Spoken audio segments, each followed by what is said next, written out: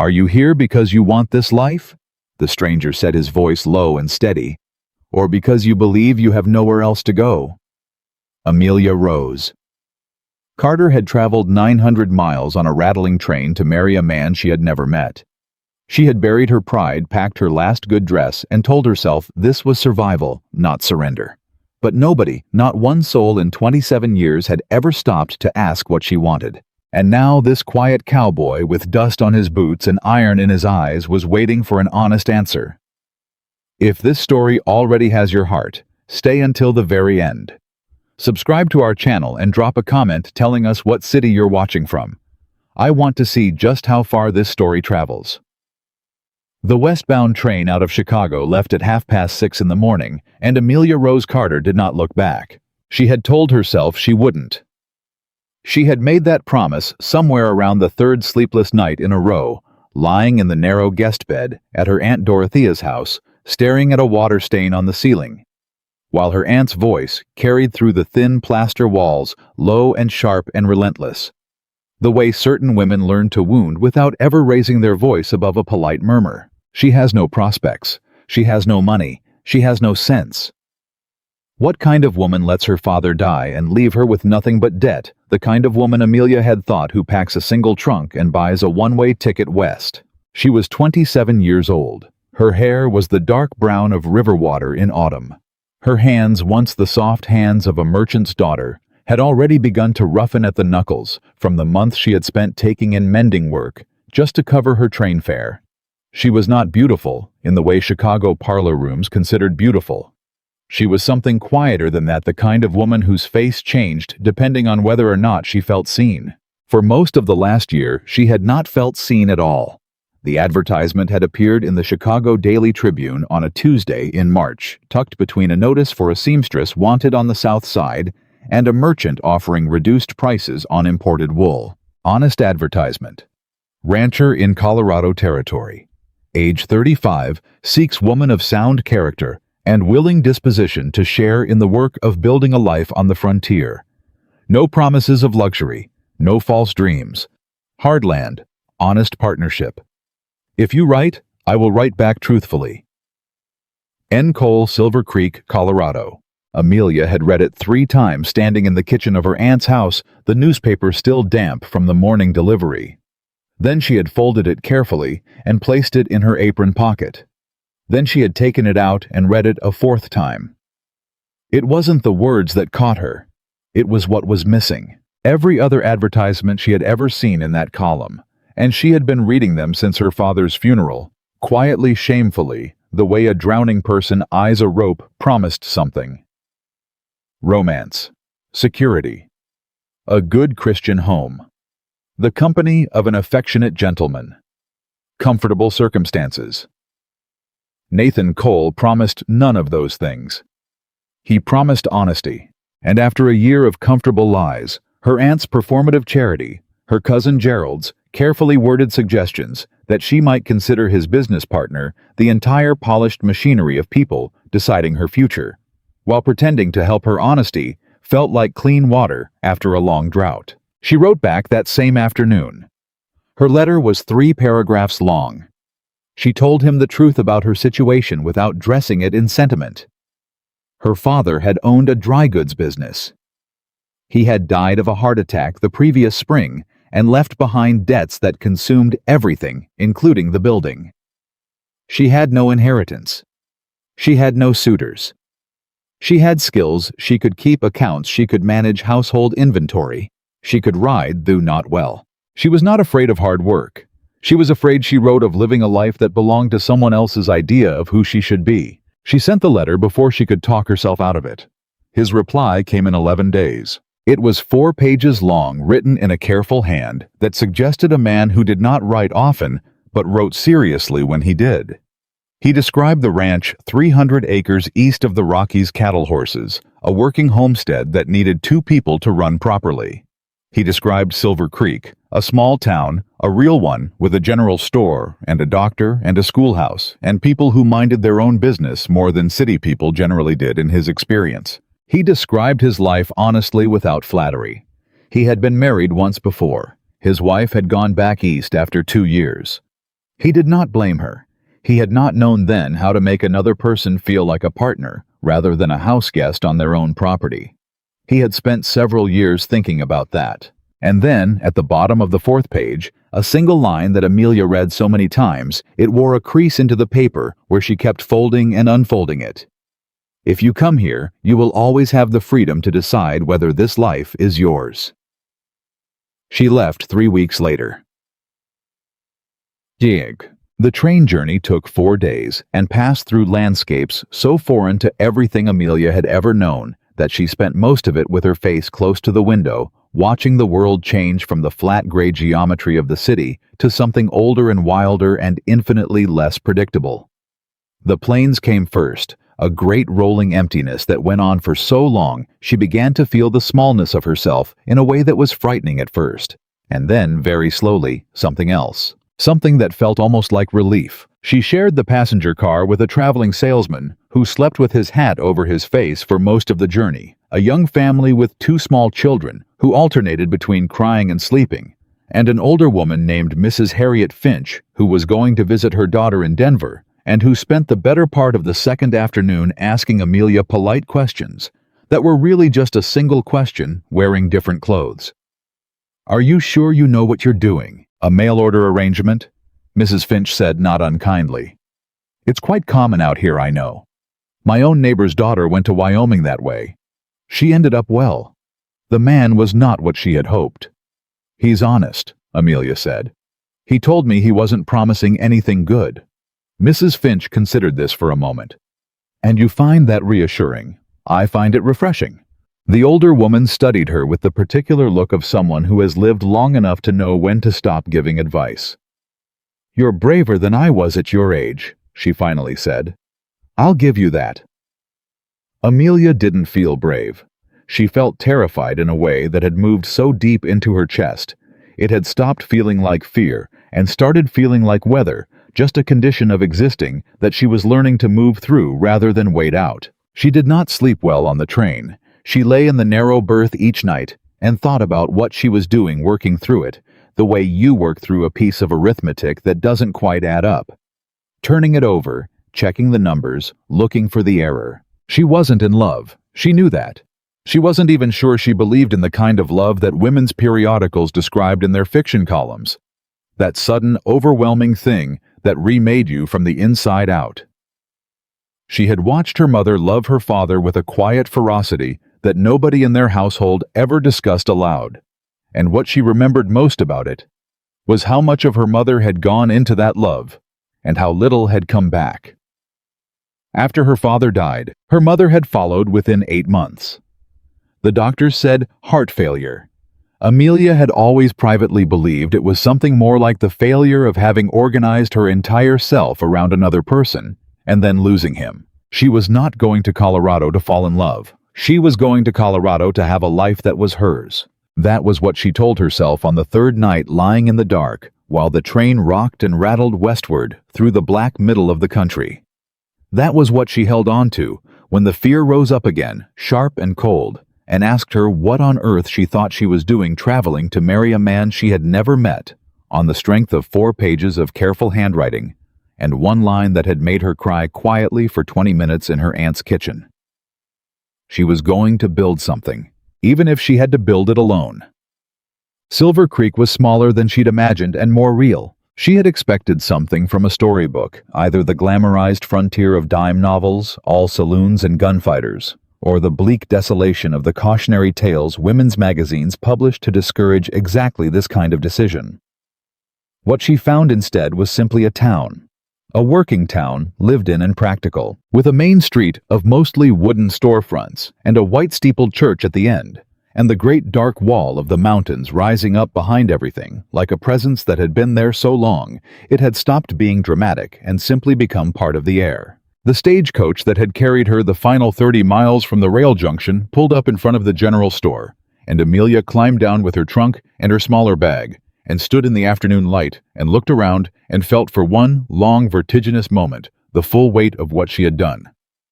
She had come 900 miles to meet a stranger. She was either the bravest woman she knew or the most desperate one, and she was no longer certain there was a meaningful difference. Miss Carter. The voice was quiet.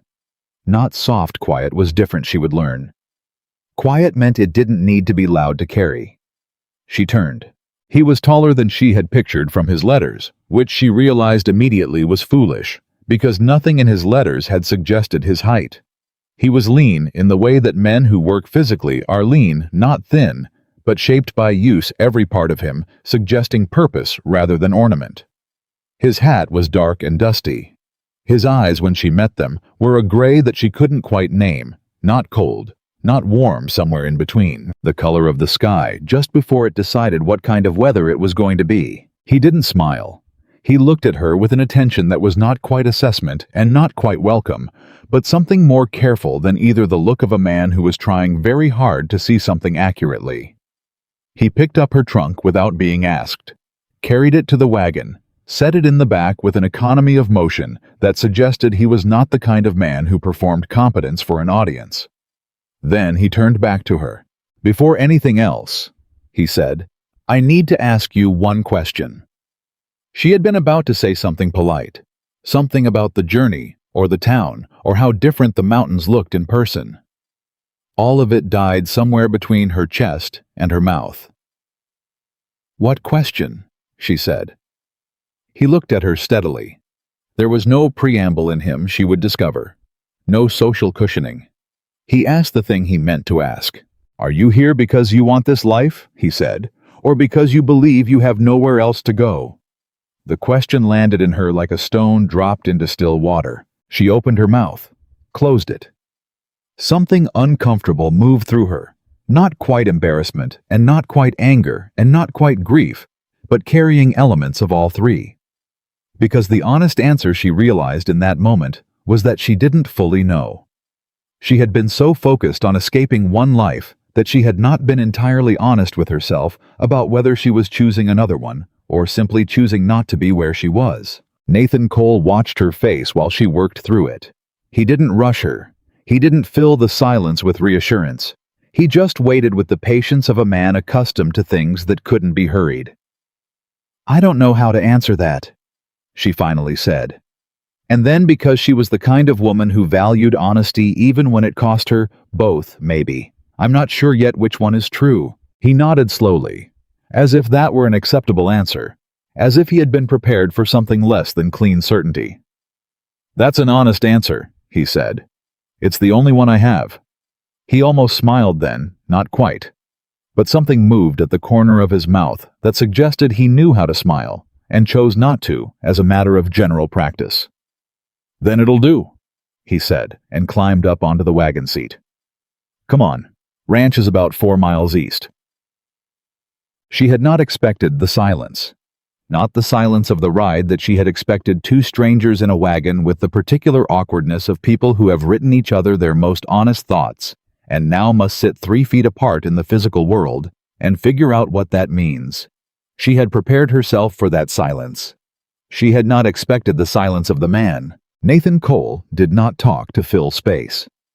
In the city, Amelia had understood silence as a kind of failure, a conversational gap that required patching a social wound that good manners demanded you close. Every dinner party, every parlor visit, every family gathering she had ever attended had been organized around the terror of silence, people talking constantly to prevent the emptiness from showing.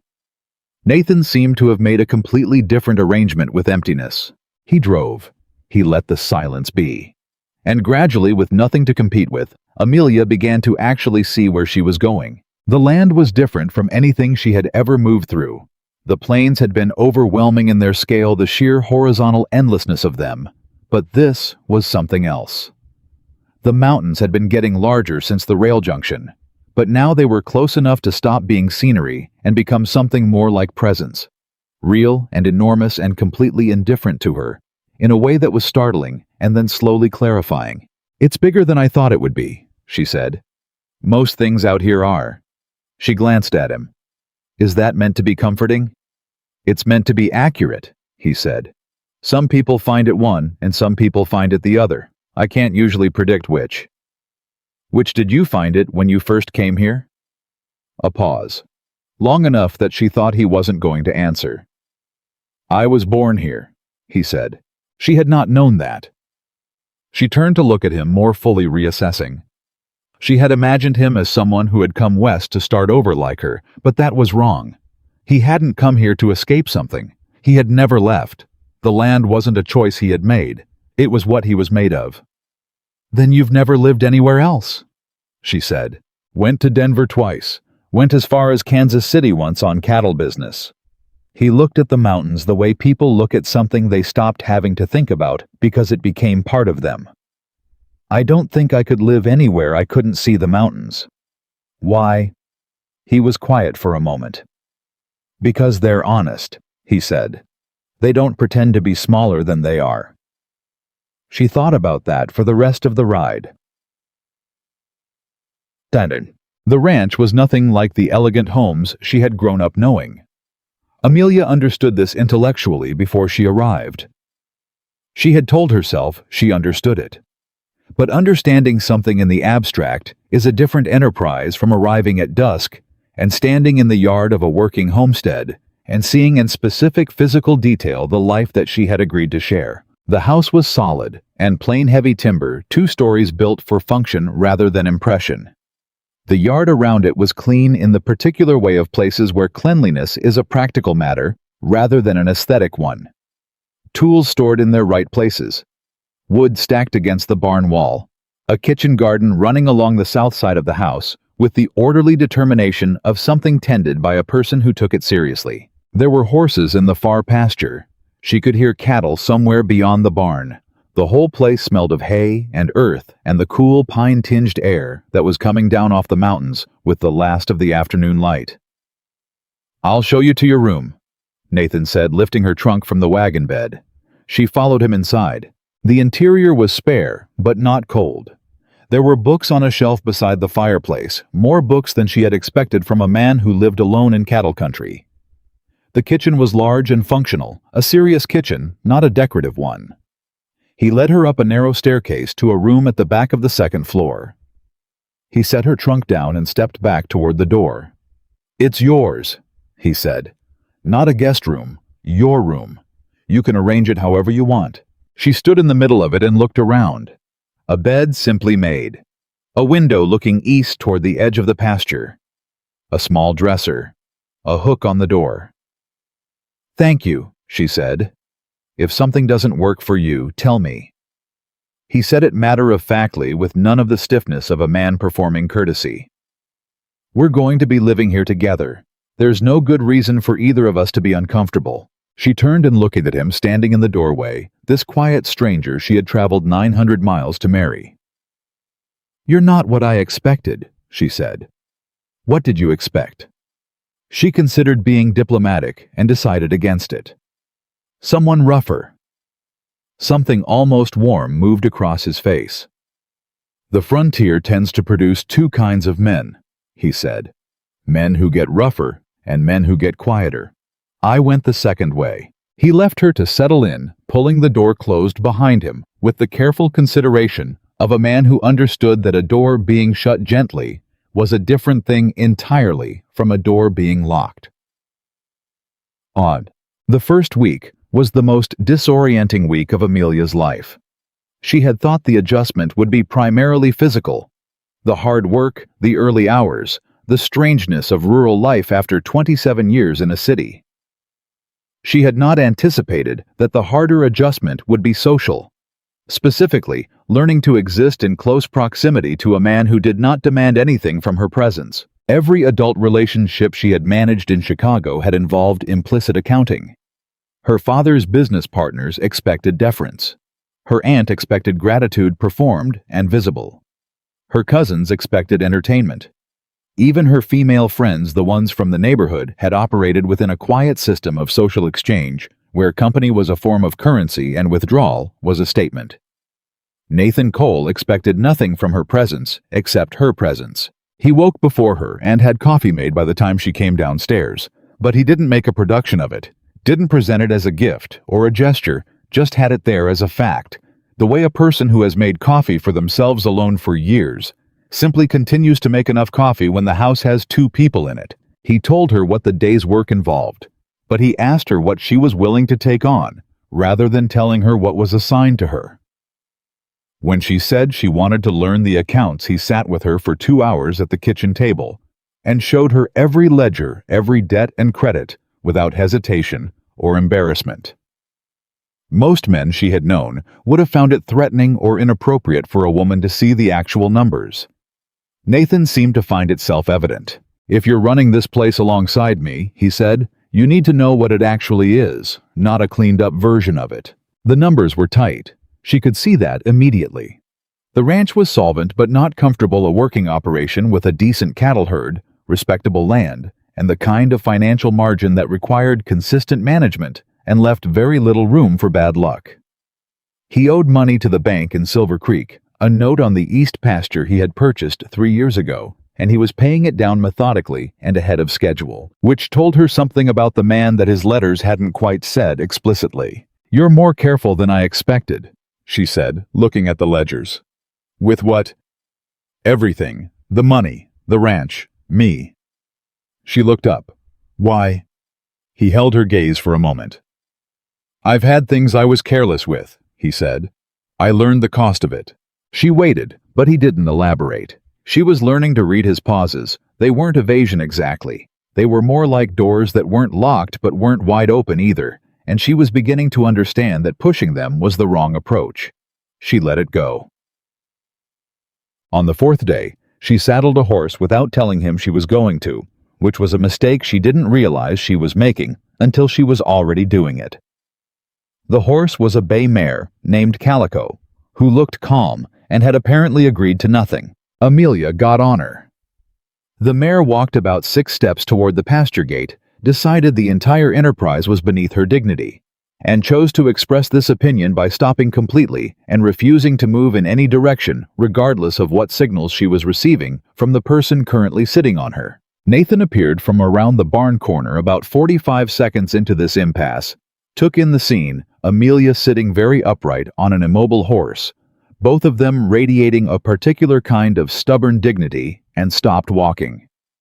"Calico giving you trouble," he said. "We are having a philosophical disagreement," Amelia said, "about whether I have the authority to direct this animal." Nathan appeared to be suppressing something. His jaw was doing a thing she was beginning to recognize as the face he made when he was choosing not to laugh. "She does that with new people," he said. "She's not mean. She just likes to know who she's dealing with before she cooperates." "How do I resolve the philosophical disagreement in my favor?" He came alongside. The mare spoke something to her very quietly, too quiet for Amelia to catch the words, and ran a hand along her neck once. The mare released a breath and shifted her weight, some tension going out of her. "She responds to calm," Nathan said. "Not commands. Commands she just ignores. But if you convince her you know what you're doing and you're not worried, she'll generally agree to go along." Amelia looked down at him. He was standing close to the horse, close to her, and she was suddenly and uncomfortably aware of the fact of that the nearness of him, the physical reality of the person she had agreed to build a life with. "What if I'm not sure I know what I'm doing?" she said. He looked up at her. Something quiet and direct in his face. "Then convince her anyway," he said. "Sometimes you have to decide you're certain before you actually are." She thought about that for most of the afternoon. By the end of the 2nd week, a shape was forming. Not a life yet that felt like too large a word for what was still so new, but a shape, a routine that was there specifically, and not a general idea of how 2 people might share a house. She made breakfast. He handled the first morning feeding. They worked through the middle of the day on whatever the ranch needed: fence lines, cattle rotation, the endless physical maintenance of a working operation. And he taught her consistently, and without condescension, the things she needed to know and had never been taught. She learned to read the cattle for health without being told what to look for. She figured it out by watching him look at them, following his eyes, learning to see what he saw. She learned which fence posts were about to fail before they failed. She learned that the east pasture gate had to be lifted slightly when you opened it, or the latch wouldn't catch properly, and that the well water in the morning tasted different from the well water in the evening, and that when the wind shifted south before noon, it usually meant rain by late afternoon. These were small things, but they were real things. The specific physical knowledge of a particular place, the kind that can't be borrowed or imagined, that can only be accumulated through being there day after day, paying attention. She was paying attention. And she was beginning slowly, uncomfortably, to notice that she was paying attention to Nathan Cole more than she had anticipated. Not in the way she had expected to pay attention to a man she had agreed to marry, not with the anxious performance of a woman trying to be pleasing enough to deserve her arrangement. More like the way you pay attention to something you're trying to understand, because it keeps surprising you. He was not who she had expected.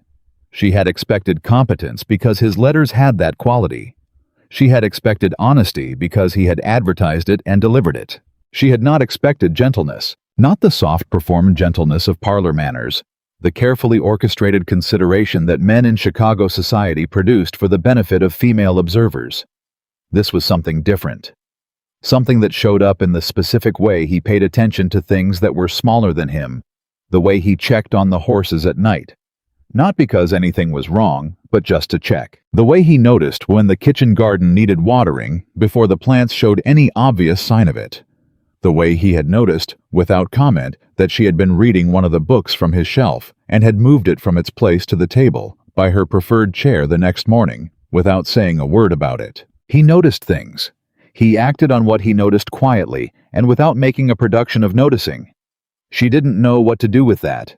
She was not prepared to do anything with that yet, but she filed it carefully in the part of herself that was still trying to figure out what she had actually come here for.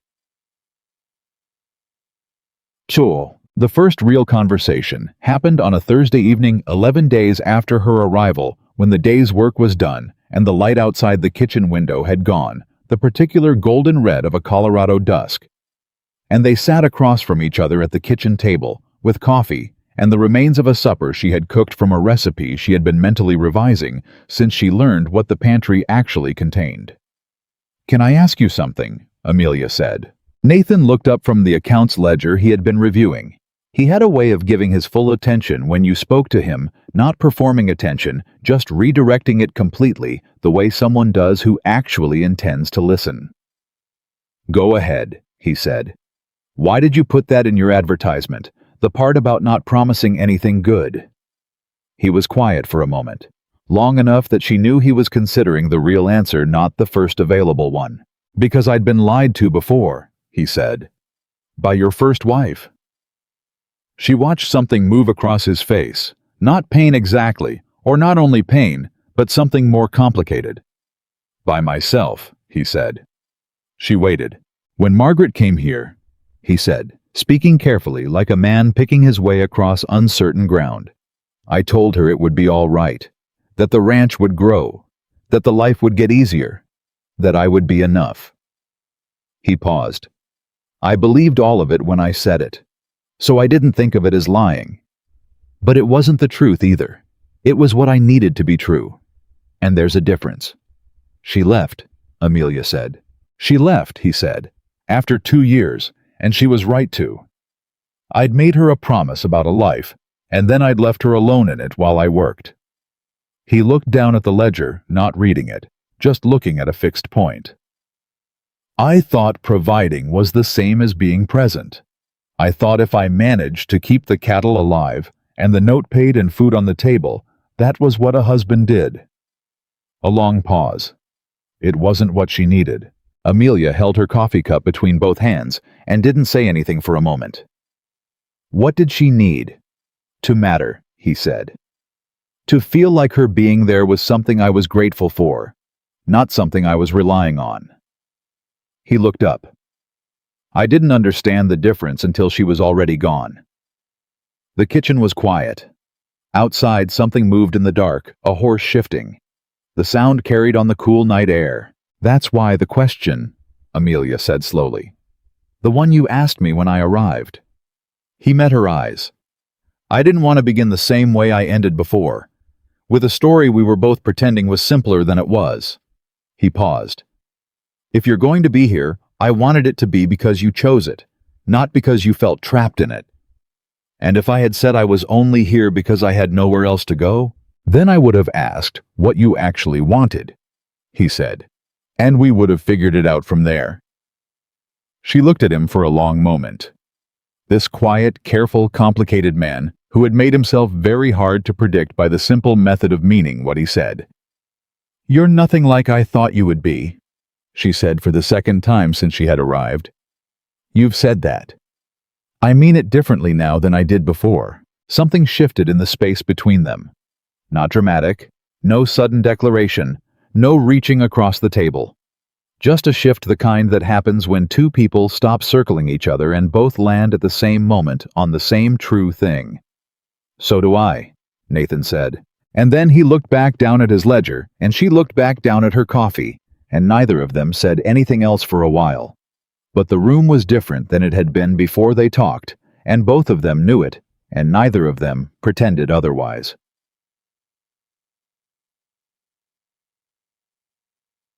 But nothing in Amelia Rose Carter's life had ever been allowed to stay uncomplicated for long. The trouble arrived in Silver Creek on a Friday 3 weeks after Amelia had settled into the ranch, and it arrived in the form of a man she had spent several months trying to forget. His name was Douglas Whitmore. He was 42 years old, built like a man who had once worked physically, and then stopped his body still carrying the structure of it beneath a layer of money and comfort. He wore the clothes of a Chicago businessman, because that was what he was, her father's former business partner, the man who had moved with remarkable efficiency to acquire the remnants of the Carter estate after her father's funeral. The man who had made it clearly understood, in the particular language of men who don't make threats directly, that Amelia would find life considerably easier if she chose to be sensible about her future. She had chosen otherwise. She had not imagined he would follow her 900 miles to make the point again. She heard about him before she saw him. Old Tom Briggs at the general store mentioned it casually when she came in for flour on that Friday afternoon, a Chicago man finely dressed, asking questions about the Cole Ranch, asking specifically about the woman recently arrived from the east. Amelia went very still in the middle of the store aisle. "What kind of questions?" she said. Tom, who was the kind of man who registered everything and judged very little, studied her face briefly. "The kind a man asks when he wants to know something without saying why he wants to know it," he said. "She bought her flour. She got back in the wagon. She drove back to the ranch without hurrying, because hurrying would have looked like panic, and she was not going to panic. But her hands on the reins were not quite steady. Nathan was at the fence line on the east pasture when she came back. She unhitched the horse, put the flour in the kitchen, and then walked out to the fence line and stood beside him while he worked. He could read her, she had discovered. He couldn't always say what he was reading, but he noticed the difference between how she usually stood and how she was standing now. "What's wrong?" he said, without stopping what he was doing. She told him. He listened. He did not interrupt. When she finished, he drove the next fencing nail in silence, then turned to face her fully. "What does he want?" he said. "He will say he wants to help me." Her voice was even. She had worked on even. "What he actually wants is to make sure I understand that I cannot simply remove myself from arrangements he found convenient." "What arrangements?" She looked at him. "He wanted to marry me," she said. "Not because of anything I am. Because of the land my father owned before the debts. He wanted access to the legal claim on a property dispute that only my father's direct heir could press." She paused. "He thought I was manageable. He thought a woman with nothing left to stand on would find it logical to let someone else stand for her." Nathan was looking at her with that careful, complete attention. "Was he right?" he said. "No," Amelia said. "That's why I'm here." The air between them was still. The mountains were going dark at the edges as the afternoon light shifted. "All right," Nathan said. "All right what?"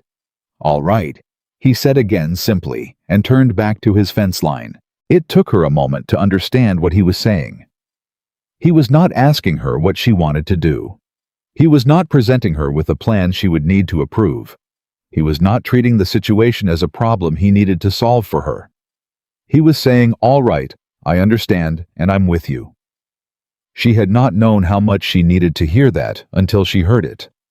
Something in her chest unlocked just slightly, just enough. "He'll come to the ranch," she said. Let him, Nathan said. It may cause trouble. Most things worth holding on to cause trouble. He drove another nail. That's generally how you know they're worth holding on to. She stood beside him in the cooling air of a Colorado Friday afternoon and watched him work, and for the first time since she had stepped off the stagecoach in Silver Creek, Amelia Rose Carter felt something she hadn't felt in so long she had almost forgotten the weight of it. She felt like she was not alone. And Douglas Whitmore came to the Cole Ranch the following Tuesday morning. He came in a hired buggy with a man Amelia didn't recognize riding alongside him, which was the kind of detail that told her Whitmore had graduated from subtle to explicit. The silent second man was a statement, not a practical necessity. She saw them coming from the upstairs window while Nathan was still in the barn. She went downstairs, put the coffee on as if nothing were happening, and went to the front door and opened it and stood in the doorway when the buggy came into the yard. Whitmore stepped down from the buggy with the comfortable entitlement of a man who expected the world to arrange itself around his arrival. He was wearing a gray suit that had no business being this far from Chicago, and he looked at the ranch with an expression that said everything about what he thought of it. "Amelia," he said, as if they had simply bumped into each other at a social occasion and the context were not peculiar. "Mr. Whitmore," she said, not moving from the doorway. "I came a long way," he said, "to make sure you're all right." "I'm very well, thank you. You can go back." He smiled. It was a patient smile, the smile of a man who has decided to be understanding about the behavior of someone who doesn't know their own interests. "I think we should talk," he said. "Privately. There are certain matters relating to your father's estate that have bearing on your current situation." "My current situation is fine." "Your current situation," he said, letting his eyes move over the ranch with professional dismissal, "is a provisional arrangement with a man you've known for less than a month. I'm here to offer you something more permanent." Behind her, she heard the barn door. Nathan came across the yard with no performance in his walk, no displayed aggression, nothing theatrical. He was simply a man walking toward his house, wiping his hands on a cloth, taking in the scene. He came to stand beside Amelia in the doorway. He looked at Whitmore. "You'd be the man from Chicago," he said. "Nathan Cole," Whitmore said with the particular courtesy of a man who has already decided he's the senior party. "I've heard about you. I'm Douglas Whitmore. I was a close associate of Amelia's father. I'm concerned for her welfare." "I appreciate the concern," Nathan said. "She appears to be in good health. I'd like to speak with her privately." "She's standing right there," Nathan said. "If she wants to speak with you, she will." Whitmore's patient smile stayed in place. "Cole," he said, "I'm sure you understand that there are legal matters here that go beyond a marriage arrangement, matters involving property claims that Amelia may not have fully explained to you." "Then she can explain them to me herself," Nathan said, "when she wants to." Amelia looked at Nathan. He was not being territorial. He was not performing protectiveness. He was simply standing next to her and allowing Whitmore to have absolutely no more authority in this yard than he had brought with him, which was none. She turned back to Whitmore. "Whatever you believe you have to discuss with me," she said, "you can say in front of my husband. Not fiancé, not the man I came here to marry. Her husband." She heard it in her own voice as she said it, and felt the specific solid weight of it, the way a word can suddenly mean exactly what it says. Whitmore's patience flickered. Just slightly. Just enough to see. "Amelia," he said, "you're making this more complicated than it needs to be." "I'm not making anything complicated," she said. "You came 900 miles to make it complicated. I'm making it simple. Say what you have to say, or go back to Chicago." The man in the buggy had not spoken once. Nathan had not raised his voice once.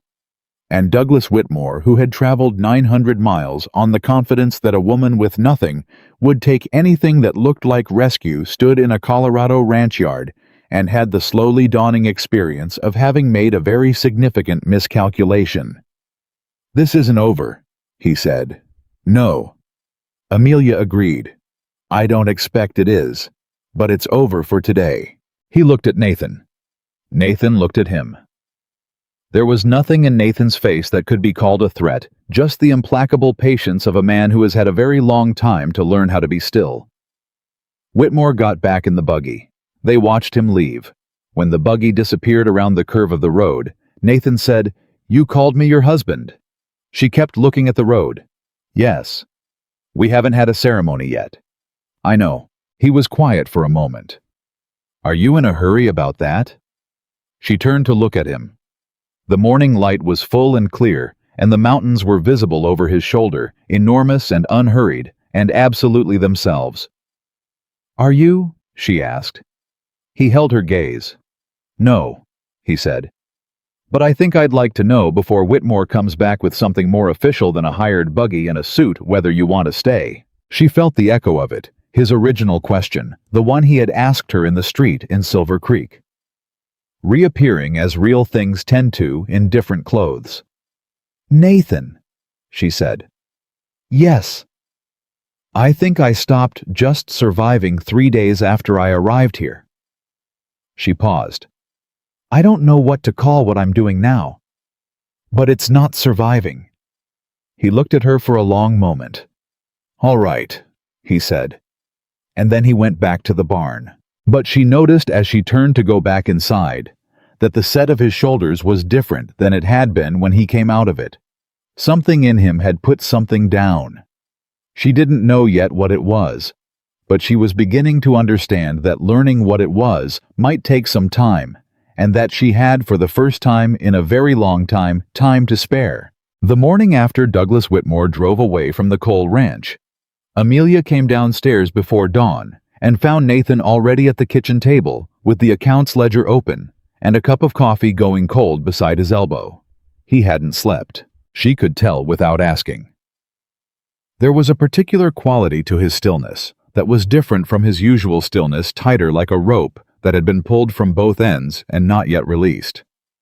He didn't look up when she came in, but she knew he heard her because his hand stopped moving across the page.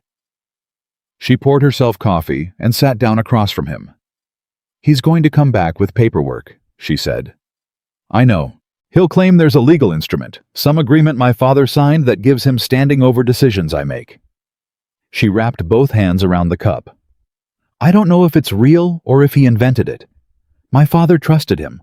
My father trusted most people more than he should have." Nathan closed the ledger. He looked at her directly, the way he did when something mattered enough to stop doing everything else. "Is there anything in your father's papers that would support his claim?" "I don't have my father's papers. Whitmore has them. He acquired everything at the estate sale." She paused. "That's been his advantage from the beginning. He controls the documentation. I only have my own memory of what existed." "What do you remember?" She thought back. The specific, detailed work of remembering not the emotional weight of the months after her father's death, but the actual facts of them. "My father had a partnership agreement with Whitmore for the dry goods business. Standard terms, profit sharing, shared liability right of first refusal on the sale of business assets." She stopped. "Right of first refusal." Nathan was very still. "If Whitmore interprets that clause broadly enough," she said slowly, "he could argue that I am an asset of the estate, that decisions about my future required his approval before action." She heard how it sounded when she said it aloud. It's a monstrous reading of the language, but Whitmore is a man who has spent 30 years finding ways to make monstrous readings sound reasonable. He'd need a judge to agree with him. He needs a judge in Colorado he can get to before you and I can get to a better one. She met his eyes. He has money. He has time. And he came 900 miles, which tells me he believes he has something he can use. Nathan was quiet for a moment. Then he said, "I know a lawyer in Denver, James Aldridge. He handled the note on the east pasture and 2 boundary disputes on properties neighboring mine. He's sharp and he's honest, which in my experience is a rarer combination than it should be. Can he move quickly? I'll send a wire today." She looked at him. He was already thinking ahead, not panicking, not reassuring her with words that didn't cost anything, just moving directly to the next necessary action. "Nathan," she said. He looked up. "You don't have to do this. This isn't your problem. Whitmore's claim is about me, not about the ranch. If this gets complicated, it could—" "Amelia." His voice was quiet, not impatient. "You called me your husband yesterday." She felt the ground shift slightly beneath the conversation. "I did," she said. "Then his problem with you is my problem." He said it simply with the finality of a man who has made a decision that doesn't require further discussion. That's what the word means. She didn't know what to say to that, so she said the only thing that felt honest. "I'm not used to that." "I know," he said. "I'm going to send the wire after morning feeding." He picked up the cold coffee, made a face at it, and stood up to get a fresh cup. And somehow, that small, practical human gesture, the face at the cold coffee, the entirely normal annoyance of it, broke something loose in Amelia's chest that she hadn't known was clenched. She was not alone in this. She was genuinely, practically, concretely not alone. She pressed her thumb against the edge of her coffee cup and breathed and didn't let Nathan see how much that mattered to her, because she wasn't ready yet to show him everything she was feeling. But she filed it. Carefully. In the growing collection of things about Nathan Cole that she had not expected and did not know what to do with. The wire went to Denver that morning. The response came back in 2 days. James Aldridge would be in Silver Creek by the following week and would require documentation of the original partnership agreement's language, any correspondence Amelia had retained from the estate period, and a full accounting of what Whitmore had claimed directly. In the meantime, life on the ranch did not stop. Life on the ranch never stopped. That was one of the first things Amelia had learned about this existence. In Chicago, crises created suspension. Business paused. Social obligations were deferred. The ordinary machinery of daily life held still while the problem was addressed. Out here, the cattle still needed water. The fence still needed mending. The horses didn't care that a man from Chicago was making legal threats. She found to her own surprise that she was grateful for this. The work didn't give her time to be afraid. It gave her something to put her hands on when everything else felt uncertain. She learned in those days of waiting that there was a particular quality of peace available in physical necessity, in the honest transaction of a body doing a job that needed doing with no room in the doing of it for the mind to spiral. Nathan taught her things in those days. Not as distraction, he wasn't the type to manage her with sweetness, but because there was work to be done and she was capable of learning it, and that was reason enough. He taught her how to read the cattle for early signs of illness, the specific way a sick animal holds its head differently than a healthy one, the almost invisible change in gait that preceded visible symptoms by enough time to actually intervene. She was good at it, he told her with the directness he used for compliments, which was the same directness he used for everything. "You notice things," he said one afternoon when she had spotted a heifer moving slightly wrong before he had. "I've been noticing things quietly my whole life," she said. "I just haven't always been in a situation where what I noticed was useful." He looked at her. "What kind of things did you notice?" She considered how much to say. "In Chicago, when you were a woman without money and without a father's name to stand behind you, paid attention to rooms. Who was comfortable in them and who was performing comfort. Who had authority and who was pretending to." She paused. "It's a different skill than reading cattle. But the underneath of it is the same. Watching for the wrong kind of stillness," he said. She looked at him sharply. "That's what you're doing with the cattle," he said. "Healthy animals have a certain kind of stillness. Sick animals have a different kind. The wrong kind." "Yes," she said. "Exactly." He nodded as if she had confirmed something he'd already suspected. "Then you were doing ranch work long before you got here," he said. "Just with different animals." She laughed. It surprised them both. Not a polite social laugh, a real one, quick and unguarded, coming up from somewhere that hadn't been exercised in a long time. She pressed her lips together and recovered herself. But it was too late to take it back, and she wasn't entirely sure she wanted to. Nathan was watching her with an expression she hadn't seen on him before. Not quite smiling. Something softer than his usual careful attention. Something that looked for just a moment, almost like wonder. Then it was gone and he turned back to the heifer. "I'll get the medicine from the barn," he said. She let him go without commenting on the expression, but she kept it. She kept all of them, the almost smiles, the moments of unguarded attention, the things he did rather than said. She was building a picture of him from these fragments, the way you assemble something carefully when the pieces are small and you don't want to lose any of them.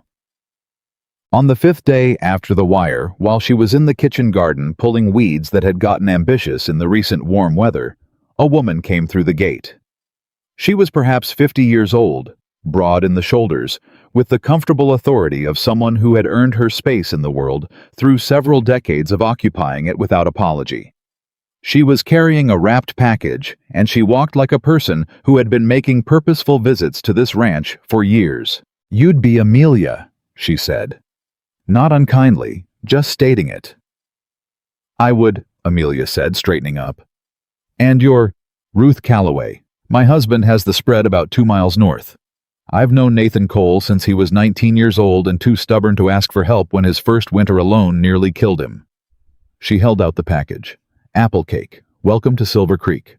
I'm sorry I didn't come sooner, but I wanted to give you time to breathe before neighbors started arriving." Amelia took the package and felt something warm move through her. The simple normalness of it. A neighbor. A cake. A welcome. "Come in," she said. "I'll make coffee."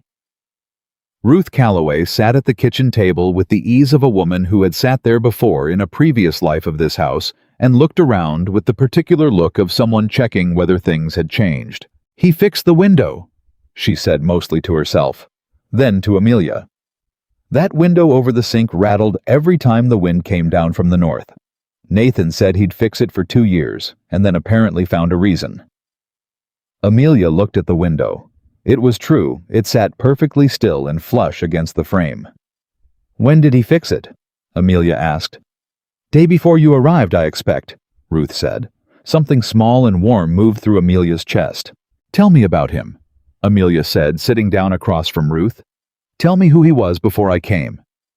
Ruth studied her for a moment with the evaluating look of a woman who spent the word "tell me" carefully. "Why?" "Because he tells me things," Amelia said, "but he tells them carefully.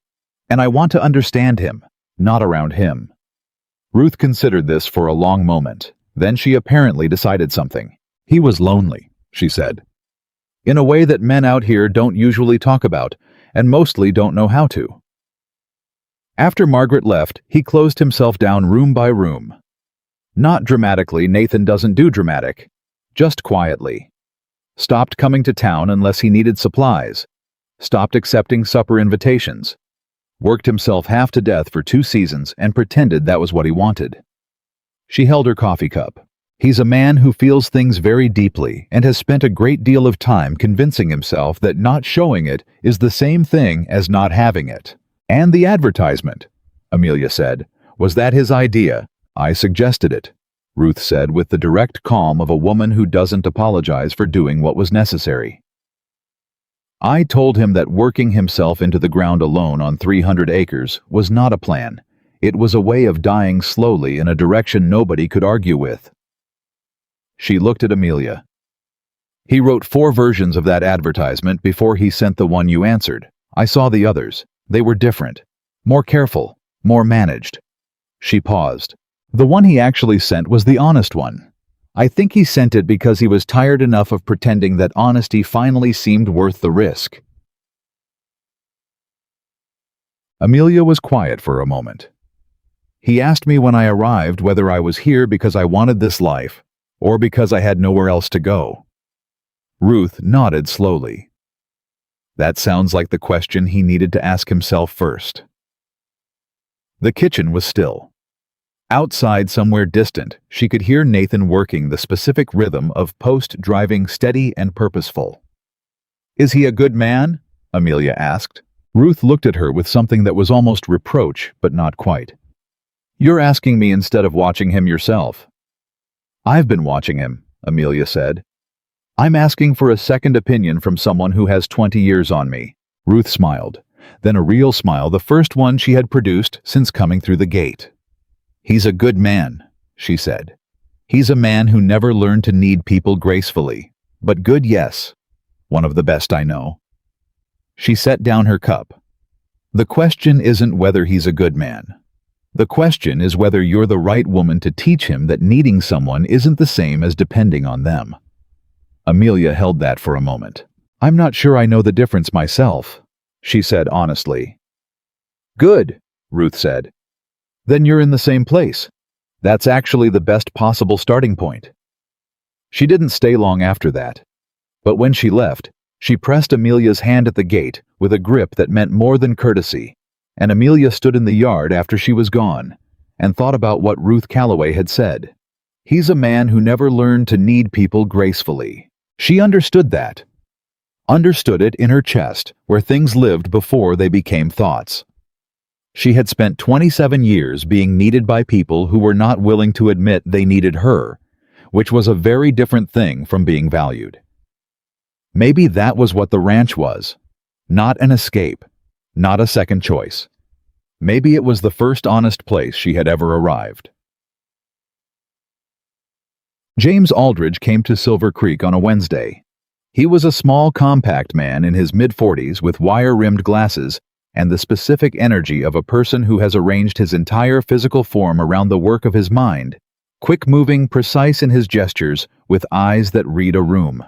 The way certain people read documents, scanning for the relevant detail and discarding everything else. He came to the ranch directly from the stage line and sat at the kitchen table with a cup of coffee and a leather satchel and looked at both of them in turn. "Tell me everything," he said. "Start at the beginning. Don't decide what's relevant. Let me do that."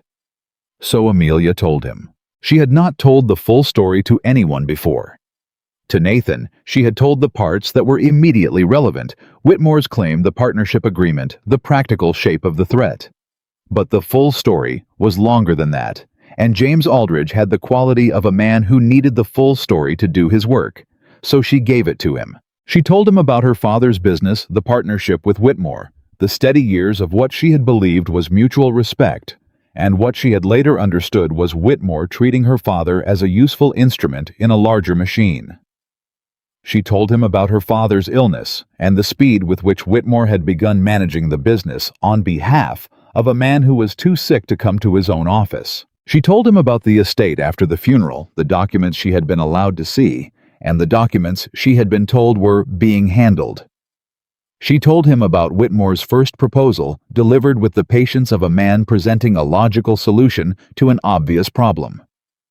She told him about the second proposal, which had a different quality to it, not logical, but pressured the patience with a harder edge underneath. She told him about the train west and the advertisement and the 4 pages of careful handwriting. She told him about arriving in Silver Creek and the question Nathan had asked her on that first afternoon. Aldridge listened without interrupting. He made notes, occasionally small ones, on a page that she couldn't read from across the table.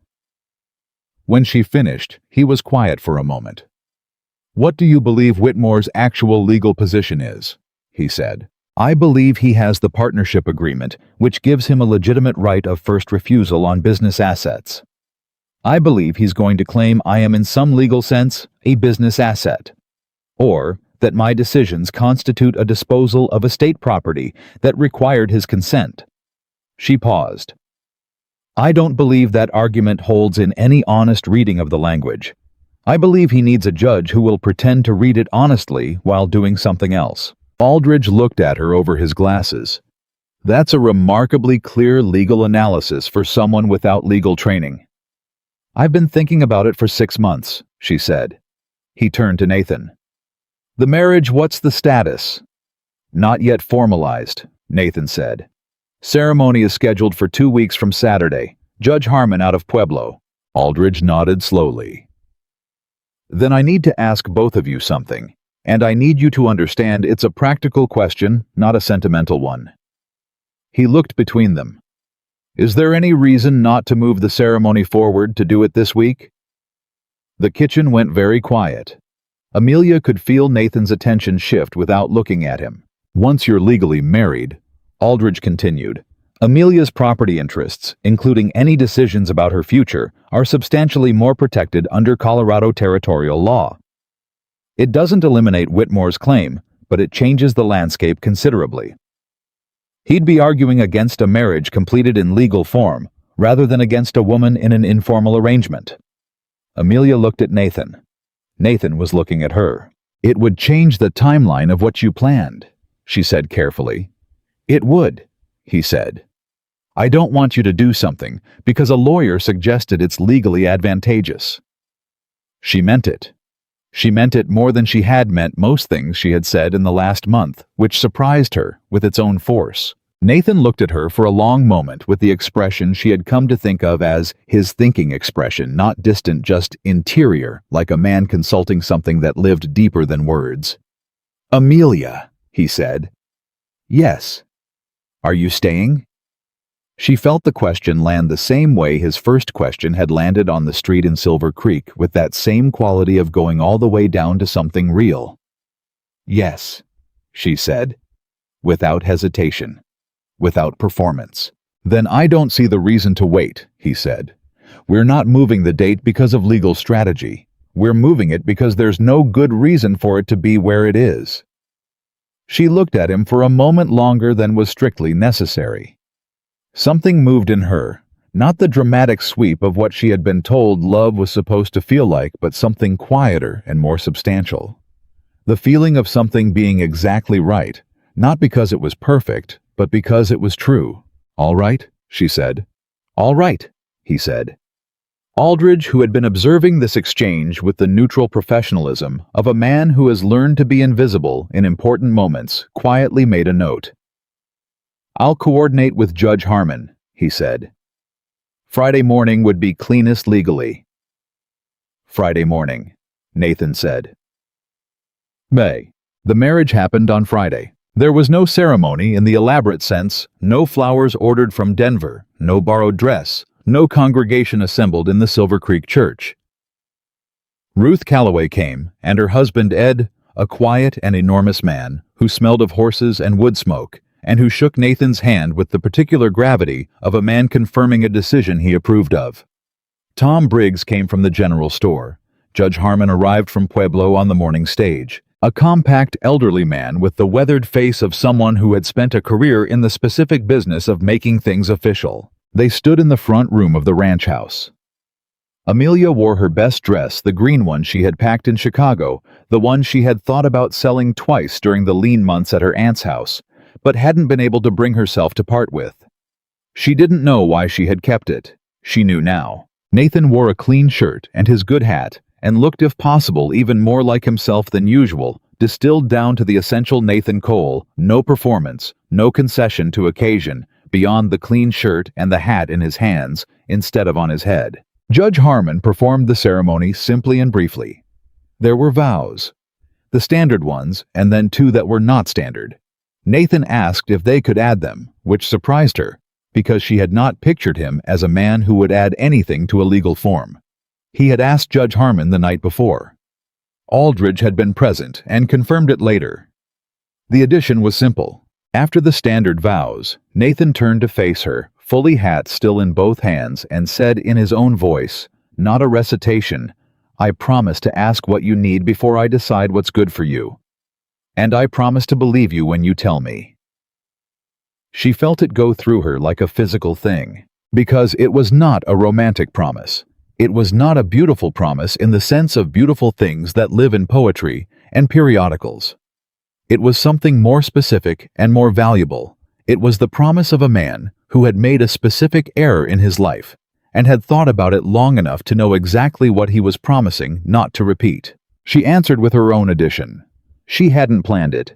It came from the same place that the laugh had come from 11 days ago, in the pasture from somewhere below planning. "I promise to tell you what I need," she said, "instead of assuming you should already know." Ruth Calloway made a sound behind her. A small sound. The sound of a woman who has seen enough of the world to know when something rare is happening. Judge Harmon declared them married. Nathan put the ring on her finger, a plain gold band. No adornment purchased from the silversmith in town, with no fanfare reported to her. It fit as if it had been measured. He had measured it. She had seen him 3 days ago wrap a small piece of string around her finger while she was sleeping in the chair by the fire, thinking she was entirely asleep. She had not been entirely asleep. She had let him do it and said nothing. She thought about saying something now. She decided not to. Some things were worth keeping, and this was one of them. The celebration, if you could call it that, and Amelia was beginning to love things that needed that qualifier, was Ruth's apple cake and Ed's inexplicable production of a bottle of good whiskey from somewhere on his person and coffee, and the particular warmth of a small number of people who actually meant to be there. Tom Briggs toasted them with coffee because he didn't drink, which Amelia thought was entirely right. Ruth cried briefly and denied it. Ed shook Nathan's hand a second time, which said everything he apparently needed to say. When the guests were gone and the afternoon had settled around the ranch in the particular way of days that have had more weight in them than their hours suggest, Amelia washed the cups at the kitchen sink and Nathan dried them, and they did this in the comfortable silence that was theirs. Not empty silence, but full silence, the kind that only exists between people who have stopped needing noise to prove they're together. "Nathan," she said. The string around my finger 3 nights ago." He was quiet for a moment. She could feel the quality of his quiet. "You weren't asleep," he said. "No. I could have just asked you." "Why didn't you?" A long pause. "I didn't want to make it into something you had to respond to," he said. "I just wanted to get it right." She thought about that. About the man who taught himself to want something without knowing how to want it in front of other people, who had learned in the specific classroom of his previous marriage that wanting something too visibly could mean losing it, who had written 4 versions of an advertisement before settling on the honest one. It fit perfectly, she said. "Good," he said, and that was all. But the air in the kitchen had the quality of something completed, some circle closed, and they both felt it, and neither of them made it into more than it was. The quiet lasted exactly 3 days. Then James Aldridge rode back out to the ranch with a document in his satchel and a face that told her before he opened the satchel that something had happened. Whitmore had filed. He had filed in the territorial court in Denver, not the local court in Silver Creek, which would have been inconvenient for a man with fewer resources, but the territorial court where he apparently had existing relationships from previous business conducted in Colorado. He was claiming that Amelia's departure from Chicago and her subsequent marriage constituted a breach of a guardianship provision embedded in the original Carter-Whitmore partnership agreement, a provision that named Whitmore as the designated responsible party for decisions affecting Carter family members during any period of estate settlement. Aldridge placed the document on the kitchen table and let them read it. "Guardianship," Amelia said. Her voice was perfectly flat.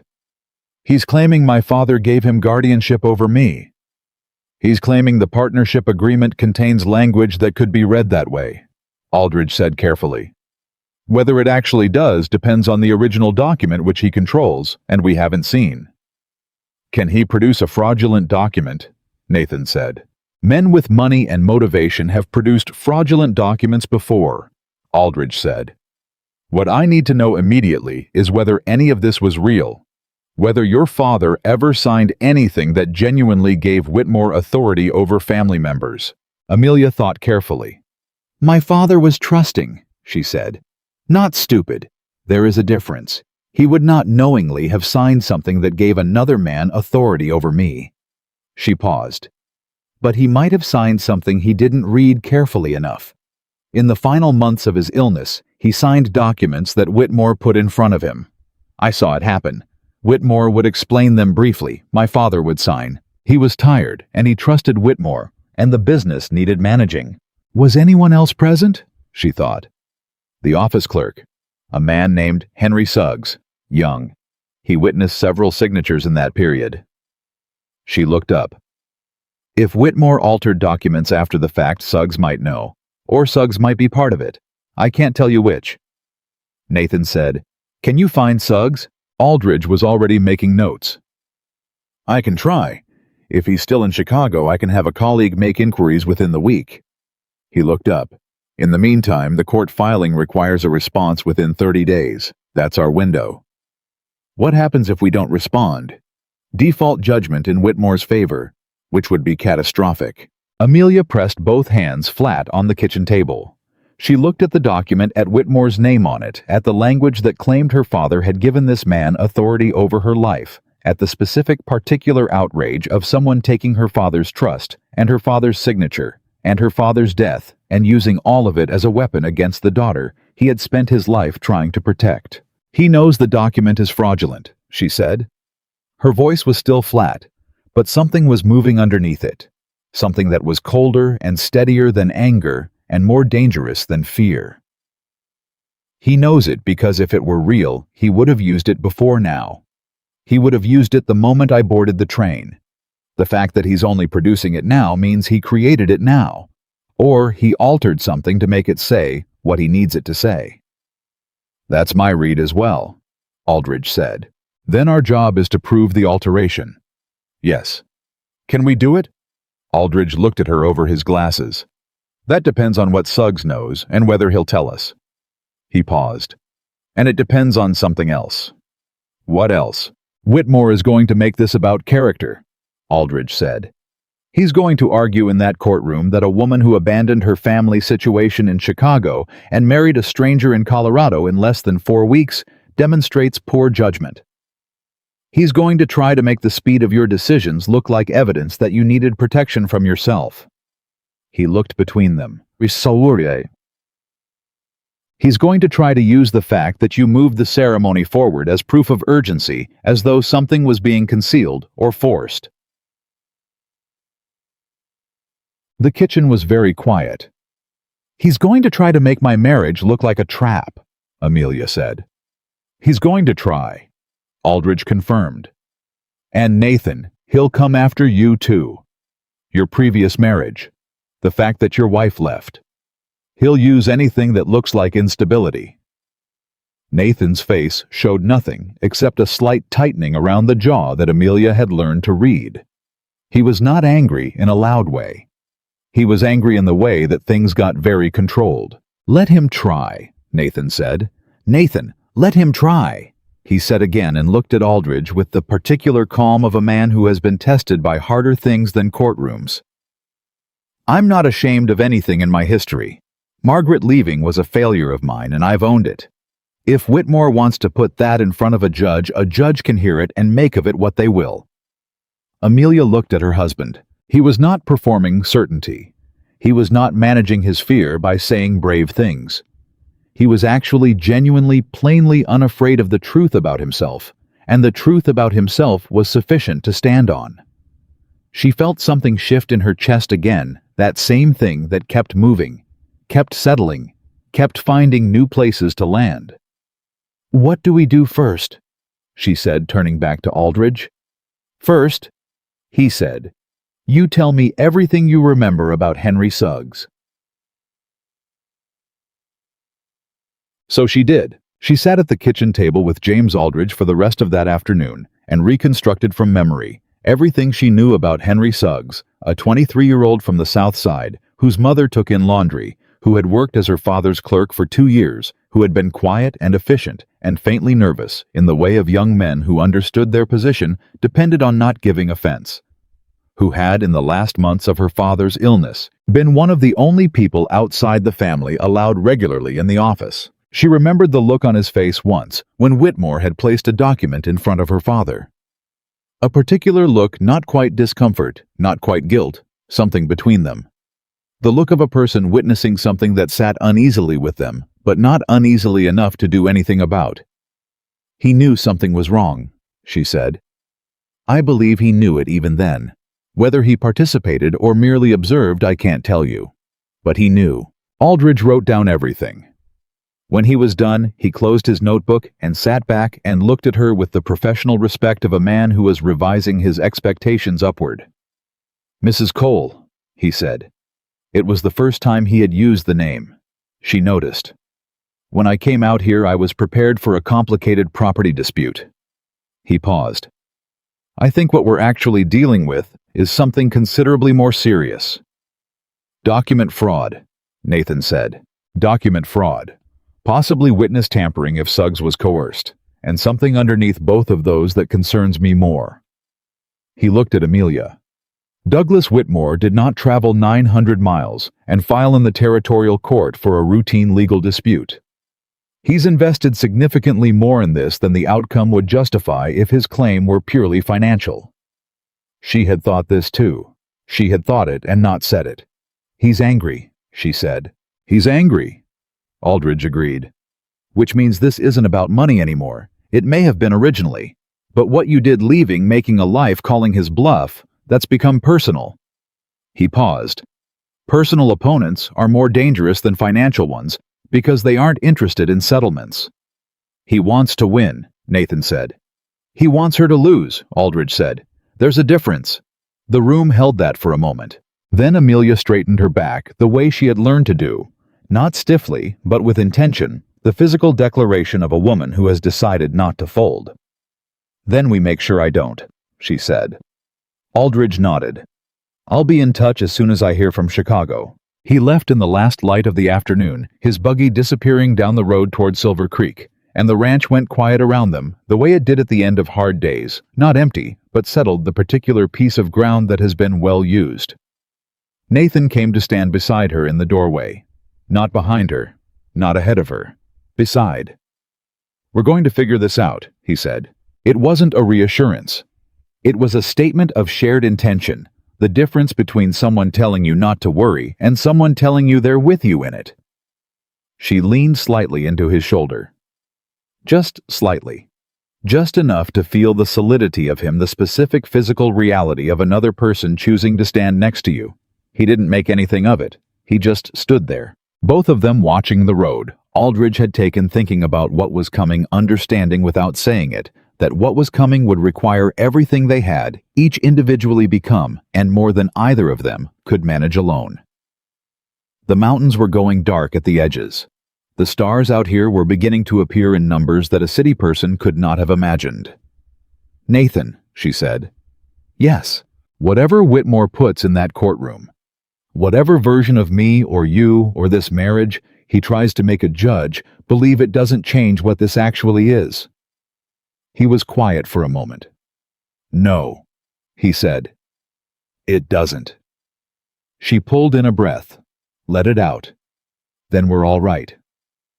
We're all right, he confirmed, and they went inside, and the door closed behind them, and the Cole Ranch sat quiet under the Colorado sky, with the particular settled weight of a home that knows what it is and is not afraid of being examined. But in a hotel room in Silver Creek, Douglas Whitmore was writing a second letter to a man in Denver, and the letter contained specific instructions about a witness named Henry Suggs, and the instructions were not about bringing him forward to tell the truth. They were about making sure he never testified at all. The letter about Henry Suggs never should have reached Denver. It didn't, as it turned out, because James Aldridge had already sent his own wire to a colleague in Chicago before Whitmore finished sealing the envelope, and the colleague had found Henry Suggs working in a dry goods warehouse on the south side within 48 hours of being asked to look. Aldridge rode out to the ranch on a Monday morning with that news, and Amelia felt the specific cold relief of something going right in a situation where very little had been guaranteed to go any direction at all. He's alive, he's in Chicago, and he agreed to speak with my colleague, Aldridge said, placing his hat on the kitchen table. Which tells me he's been waiting for someone to ask. Or he's been paid to cooperate with whoever gets to him first, Nathan said. That's the risk, Aldridge acknowledged. My colleague is on his way to him today. Whitmore's men would have to move very quickly to interfere. He looked at Amelia. What I need from you is a written account, everything you witnessed regarding your father's signature sessions in the final months. Specific dates, if you have them. Specific documents, if you remember them. The more detail, the better. I can have it ready by this afternoon. Good. He paused. There's something else. The territorial court has assigned a hearing date, 6 weeks from Thursday. 6 weeks. It was not enough time, and it was too much time, not enough to feel comfortable, and too much to live inside the waiting without it wearing on both of them. What's the other side going to argue? Nathan said. Whitmore's attorney, a man named Prescott from Denver, well-regarded and well-paid, is going to present the guardianship clause as a straightforward reading of an existing agreement. He'll argue it's a standard provision in business partnerships involving family members. He'll present whatever documentation Whitmore has managed to produce. Aldridge folded his hands. Then he's going to argue character. He'll bring in people from Chicago, neighbors, acquaintances, anyone who will testify that Amelia acted impulsively, that her judgment was compromised by grief, that the marriage to Nathan was conducted with indecent speed, and suggests either coercion or desperation. None of that is true, Amelia said. None of that needs to be true, Aldridge said with the gentle precision of a man who has spent decades in courtrooms where truth was only one of the variables. It needs to be believable. And a 27-year-old woman who left Chicago on short notice, answered a newspaper advertisement, and was married inside a month to a judge who doesn't know either of you personally, that story can be made to sound believable in ways that aren't flattering. The kitchen was quiet. What do we do about it? Amelia said. We build the counter-narrative, Aldridge said. We make who you actually are visible, the people who know you here, Ruth Calloway, Tom Briggs, Judge Harmon himself, the work you've done on this ranch, the accounts you've been managing, the decisions you've made. He looked at her steadily. We make it difficult for a judge to look at you and see a woman who needed protecting from herself. Nathan said, and Suggs. Suggs is the key, Aldridge said. If he'll testify that documents were altered or created after the fact, Whitmore's case collapses. The guardianship clause becomes evidence of fraud rather than evidence of legal standing. He stood collecting his hat. I'll know more about Suggs's position by the end of the week. He left them in the kitchen with 6 weeks ahead of them and the particular weight of legal proceedings that can't be hurried. Nathan poured himself more coffee. He stood at the counter with his back to her for a moment, and she watched him reading the set of his shoulders, the way she had learned to read the cattle, looking for the quality of stillness, for whether this was the settled kind or the wrong kind. It was the wrong kind, just slightly, just enough. Nathan. He turned. Tell me what you're thinking, she said. Not a request, an instruction. She had decided sometime in the last 2 weeks that one of her jobs in this marriage was refusing to let him put distance between himself and whatever was actually happening inside him. He looked at her for a moment. Then he set his coffee down and said, I'm thinking about Margaret. She waited. I'm thinking that Prescott is going to stand in that courtroom and use her leaving as evidence that I'm not a man a woman should reasonably trust her future to. He said it without self-pity, which was somehow worse. And I'm thinking that I don't have a good answer to that. Because she left, and she was right to leave, and I can't argue otherwise without sounding like a man who doesn't understand what he did wrong. You understand what you did wrong, Amelia said. Knowing what you did wrong and being able to explain it to a judge in a way that doesn't sound like an excuse are different things. She came to stand closer to him. Not touching, they were still careful with each other in certain ways, still learning the grammar of each other's proximity. But close. Nathan, she said. Look at me. He looked at her. You are not the man you were when Margaret was here. I know this, not because you told me so, but because I have been watching you every day for nearly a month, and the evidence is in everything you do. You ask me what I need. You teach without condescension. You make decisions with me, not for me. She held his gaze. A man who cannot change would not have asked me that question on the street in Silver Creek. He would have just put my luggage in the wagon and expected me to be grateful. He was quiet. Let Prescott try to use Margaret, she said. Let him try, because if he brings her into that courtroom, he also brings in the reason she left. And the reason she left is the same reason I trust you, because you were honest about it. Something moved across his face, something that went deep, past the careful management, past the long habit of keeping his interior life from showing. I didn't expect you, he said. You advertised, she said. You shouldn't be surprised I showed up. He almost laughed, and this time, unlike the first time she had made him almost laugh, It made it all the way brief and quiet and genuine, the laugh of a man who has found something worth finding. She felt it land in her chest like something warm. The written account she prepared for Aldridge took her the better part of 2 days. She worked at the kitchen table in the evenings after supper, Nathan reading nearby with the particular quality of a man who is deliberately not looking at what someone is doing, because they understand the work requires privacy, and she reconstructed from memory everything she had witnessed in the final months of her father's life. It was harder than she had expected. Not because the memories were unclear, they were in fact painfully specific, but because writing them down meant writing about her father in the way that memory actually held him, not the idealized version grief produces, but the real version. The trusting man, the tired man. The man who signed papers pushed in front of him because he trusted the person doing the pushing and because he did not have enough left to also manage the necessary skepticism. She wrote it anyway. All of it. The specific documents she had seen, she couldn't name all of them, but she could name the ones she remembered. The specific sequences. The particular Tuesday in November, when Whitmore had come to the house with a folder, and her father had signed 3 things in succession without reading any of them, and she had been in the doorway of the study, and Whitmore had looked up and seen her, and something had passed across his face, something that was not embarrassment, but was adjacent to it. She wrote that down too, the look on his face, the way he had closed the folder before she could see what had been signed.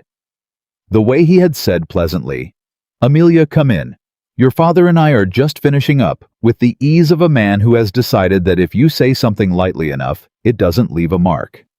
She wrote it down and did not flinch from any of it. When she gave the document to Aldridge at the end of the week, he read it at the kitchen table and did not speak for a long time. Then he looked up. "This is a very good document," he said. "It's an accurate one," she said. "In my experience," he said, "accurate and good are not always the same thing in legal proceedings.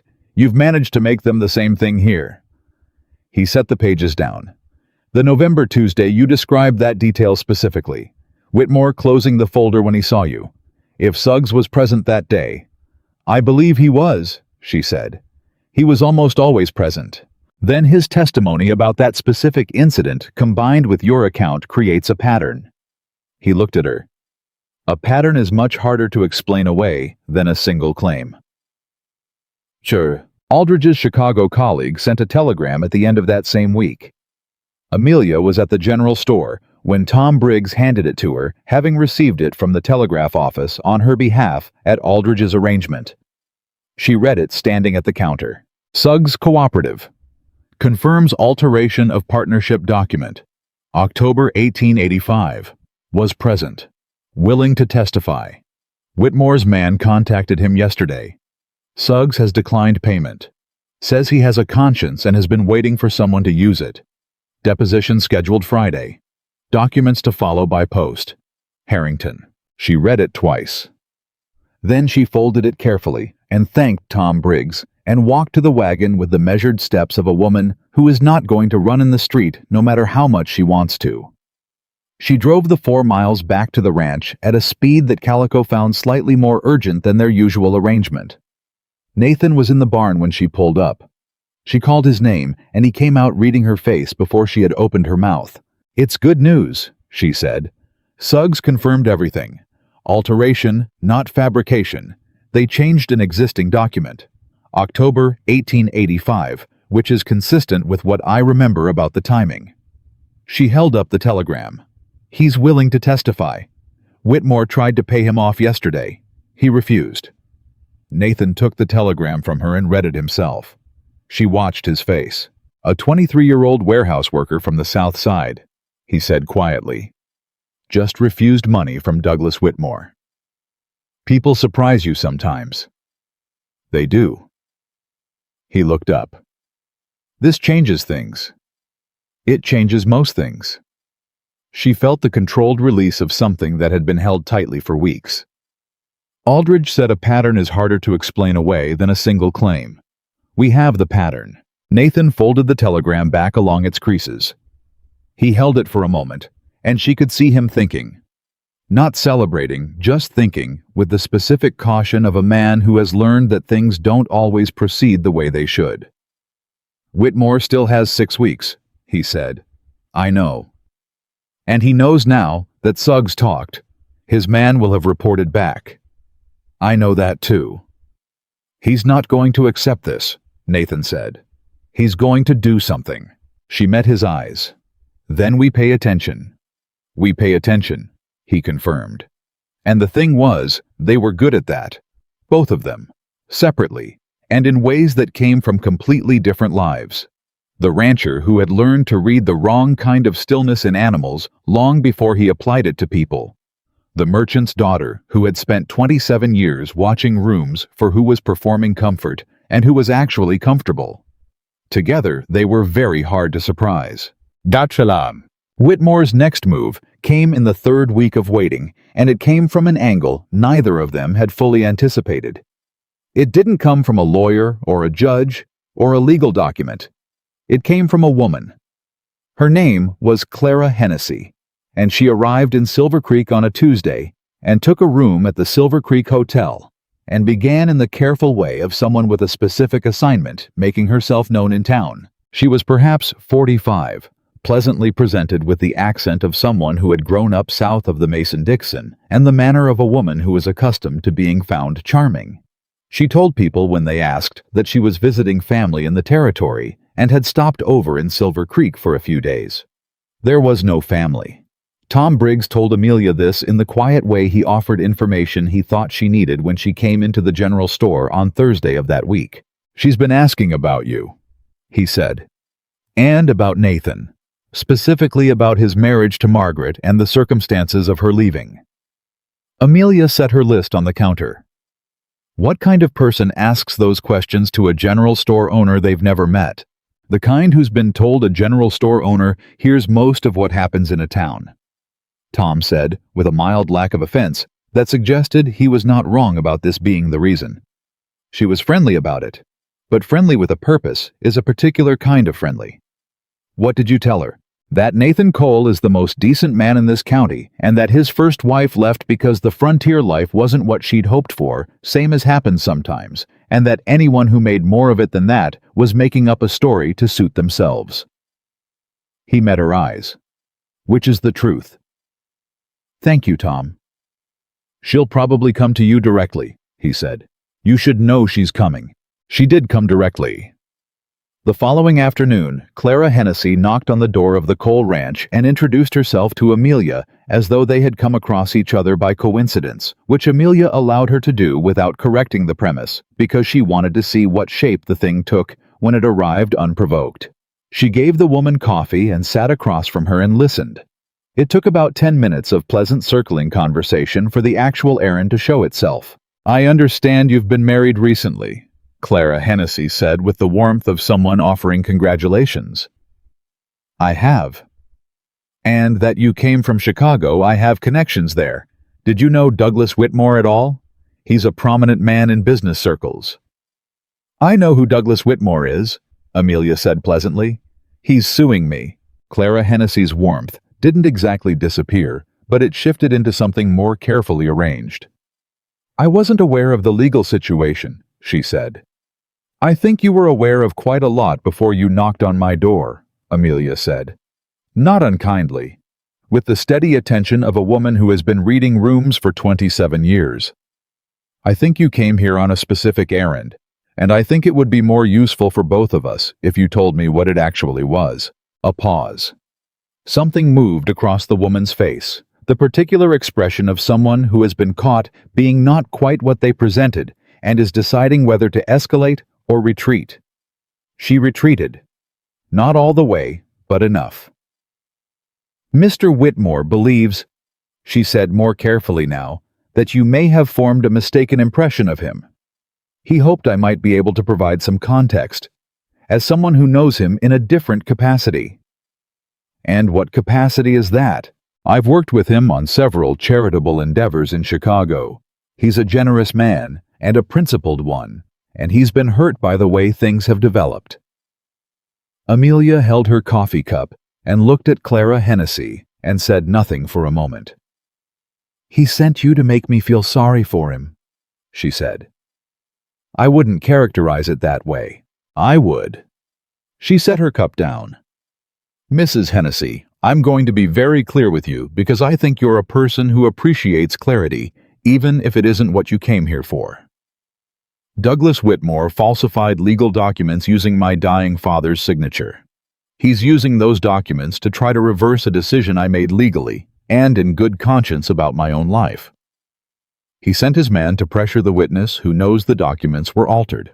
And now he's sent you to see if there's a version of me who might be persuaded to back down if he's presented in a sympathetic light. She paused. There isn't. You can tell him I said so.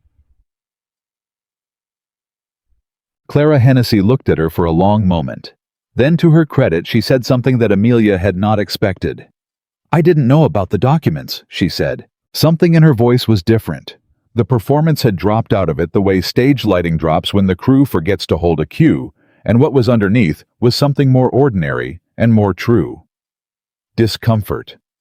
The discomfort of a person who has just been told something that recontextualizes an errand they thought was uncomplicated. If what you're describing is accurate, Clara Hennessy said slowly, then I've been used as well. Then we have something in common, Amelia said. The woman stood to leave. She paused at the door. She looked at Amelia with the look of someone deciding whether to do the harder thing. He has a man watching this property, she said. He told me it was for safety. I believed him. I'm not certain I believe him now. Then she left. Amelia sat at the kitchen table for 3 minutes processing this. Then she went to find Nathan. He took the information about the man watching the property with the kind of controlled stillness that she recognized now as the face he put on when something had genuinely alarmed him, and he was deciding what to do about it before he let the alarm show. For how long? He said. She didn't know. She only told me because I think she had a conscience and an unpleasant moment. Or Whitmore sent her to tell you, Nathan said. To make you nervous. She had thought of that. Either way, the information is true. Whether she meant to give it helpfully or not, someone is watching. Nathan was already moving. He went to the front window, not looking out in a way that would be visible, just reorienting himself relative to the space around his house. Ed Calloway has a man who helps with his herd on the south side, he said. He can take a look at the roads around the property without making it obvious. He paused. I want to know where he's positioned before we decide what it means. And if it means Whitmore is building something, preparing some kind of move before the hearing. Nathan turned away from the window and looked at her. Then we move first. Move how? Aldridge, he said. We wire Aldridge today. If Whitmore has someone watching a private residence, there may be grounds for the court to take notice of that before the hearing. He paused. And if Whitmore's nervous enough to be watching us, it means he knows Suggs talked. He knows his case is weaker than he planned. A man doesn't post someone outside a house unless he's looking for something he's afraid he doesn't already have. She thought about that. He's looking for something we have, or something he can claim we have, documents, correspondence, anything he can use to suggest you're the one behaving improperly. Nathan's voice was even. We need to make sure everything in this house is exactly what it should be. Everything in this house is exactly what it should be, she said. I know. He looked at her. But we need a lawyer to verify that before it gets to a courtroom. Whereas, Aldridge came the following morning. The wire had reached him the previous evening, and he had ridden out at first light, which told Amelia something about how seriously he was taking the situation. He went through the house with Nathan, not because he suspected anything he explained, but because he needed to be able to state confidently in any legal proceeding that he had reviewed the property and its contents and found nothing irregular. When that was done, they sat at the kitchen table and Aldridge told them something he had not mentioned before. I've been making inquiries in Denver, he said, about Prescott Whitmore's attorney. Not about the case specifically, but about his professional history. He paused. Prescott has appeared before the same judge who's been assigned to this case on 6 previous occasions. Nathan said, That's not necessarily improper. No, Aldridge said. But on 3 of those occasions, Prescott won judgments that legal observers found surprising. Not obviously wrong, just surprising. He looked at them both. I'm not in a position to claim corruption without evidence, but I am in a position to request that the case be heard by a different judge on grounds that the assigned judge has a professional relationship with opposing counsel that creates an appearance of partiality. Can you get a different judge? Amelia said. I can make the request. Whether it's granted is not in my control. He held her gaze. But if the request is granted, we get a cleaner courtroom. If it's denied, we at least have it on record that we raised the concern. What's the risk of raising it? Nathan said. The risk is that the judge takes offense. Judges sometimes do even reasonable ones when their impartiality is questioned. He folded his hands. But in my assessment, the risk of not raising it is higher, particularly given everything we've discussed about how Whitmore operates. Amelia looked at Nathan. He looked at her. This was a decision that was hers to make, not his. Her legal case, her name, her father's documents at the center of it. But his ranch, his reputation, his previous marriage about to be placed on a courtroom table as evidence, both of them in it. Make the request, Amelia said. I'll file tomorrow, Aldridge said. He left them again with the specific weight of things in motion that could not be stopped and could only be shaped. The shape of the next 2 weeks was unlike anything Amelia had experienced in her previous life. She had thought that legal proceedings would feel like waiting. Instead, they felt like work, a different kind of work than the ranch, but work in the same essential sense, requiring the same consistent attention, the same willingness to do the next necessary thing, even when the next necessary thing was unpleasant. She wrote letters to 2 women she had known in Chicago, not close friends, but women who had known her father, who had observed her during the estate period, who could speak to her character without the distortion of crisis. She wrote to them, honestly, told them what was happening, and asked if they were willing to provide written statements to Aldridge. Both wrote back within the week. Both said yes. She helped Aldridge draft the supporting documentation for the change of judge request. She sat with him for hours going through the language learning as she went the specific grammar of legal argument, the way claims had to be structured, the way evidence had to be introduced, the way the difference between seems and is mattered in ways it never did in ordinary speech. She managed the ranch accounts through all of it because the ranch still needed managing. She rode out to check the cattle. She fixed the kitchen garden gate that had been sagging for 2 weeks. She made supper every evening, and sometimes Nathan made it, and sometimes they made it together, which was its own education. The discovery that a kitchen was a good place to talk, that the shared business of feeding themselves made conversations easier, that the particular focus of cutting vegetables or tending something on the stove gave people something to do with their hands when the words were harder. One evening, 3 weeks before the hearing, they were making supper together. She was at the stove, and he was at the table cutting bread when he said without preamble, I've written to Margaret. She turned. I told her what's happening, he said. I told her Prescott was going to use the end of our marriage in the courtroom. I asked if she'd be willing to provide a statement not about me specifically, about what it was like here on the ranch, whether she felt unsafe or coerced or misled. He looked at the bread. Whether she left of her own choice. Amelia set down the spoon she was holding. You asked your former wife to testify on your behalf, she said. I asked her to tell the truth, he said.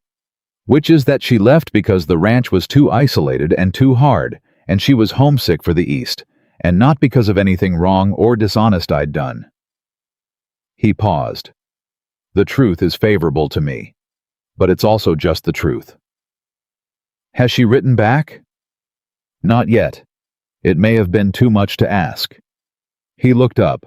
But I couldn't let Prescott put her in that room without her having a chance to speak for herself. Amelia looked at her husband, this careful, principled, complicated man who had in the middle of fighting for his own future stopped to make sure his past was given the chance to speak honestly, rather than being used without its consent.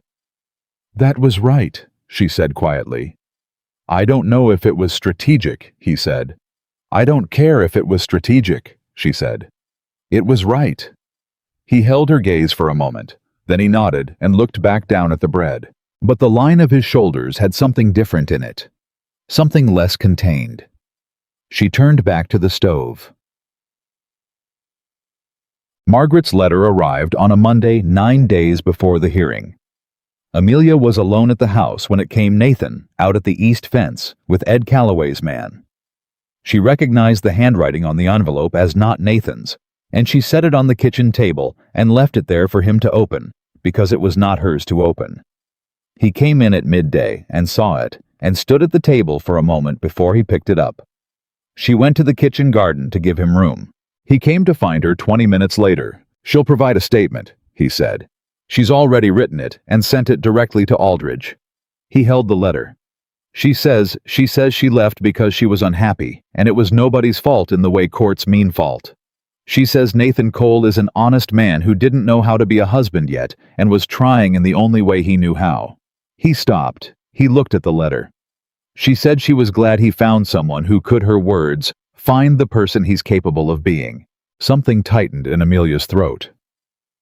She's a generous woman, she said. She is, he said. He folded the letter. He looked up and she saw something on his face that she had not seen before. Not quite grief. Not quite relief. Something that was the particular emotion of old wounds closing at last. Not because time had done it, but because someone had made a decision to let them. Nathan, she said. Yeah, we're going to be all right. I know, he said. And for the first time since Aldridge had put that court filing on their kitchen table, she believed that he actually believed it. 5 days before the hearing, Aldridge arrived with news that hit the kitchen like a physical thing. The request for a change of judge had been granted. He said it simply the way he said most things, and Amelia processed it in stages. The words, then the meaning of the words, then the specific practical implication of the meaning. A different judge, no existing relationship with Prescott. Clean ground. Nathan said nothing for a moment. Then, how did he respond? Whitmore, Aldridge, permitted himself a controlled expression of satisfaction. His attorney filed an objection. The objection was denied. I understand Whitmore was considerably less restrained in his response than his attorney. He set his briefcase on the table. The new judge is a woman named Eleanor Crane, appointed last year, currently presiding in Denver. No known relationship with either party or their counsel. Amelia looked at him. A woman judge. Yes. He met her eyes. I thought you'd want to know that. She thought about what that meant. A woman who had gotten a judicial appointment in Colorado Territory in 1886. A woman who had presumably spent considerable time being evaluated by people who were looking for reasons she shouldn't be where she was. She'll know what a fraudulent guardianship claim looks like, Amelia said. I believe she'll know exactly what it looks like, Aldridge said. For the first time since Douglas Whitmore's buggy had appeared in the yard of the Cole Ranch, Amelia felt something that was not just controlled determination. She felt something lighter than that. Something that had been compressed under the weight of the fight and was now expanding carefully into the space the fight was making. Not hope exactly, something more specific than hope. Confidence. In herself. In Nathan.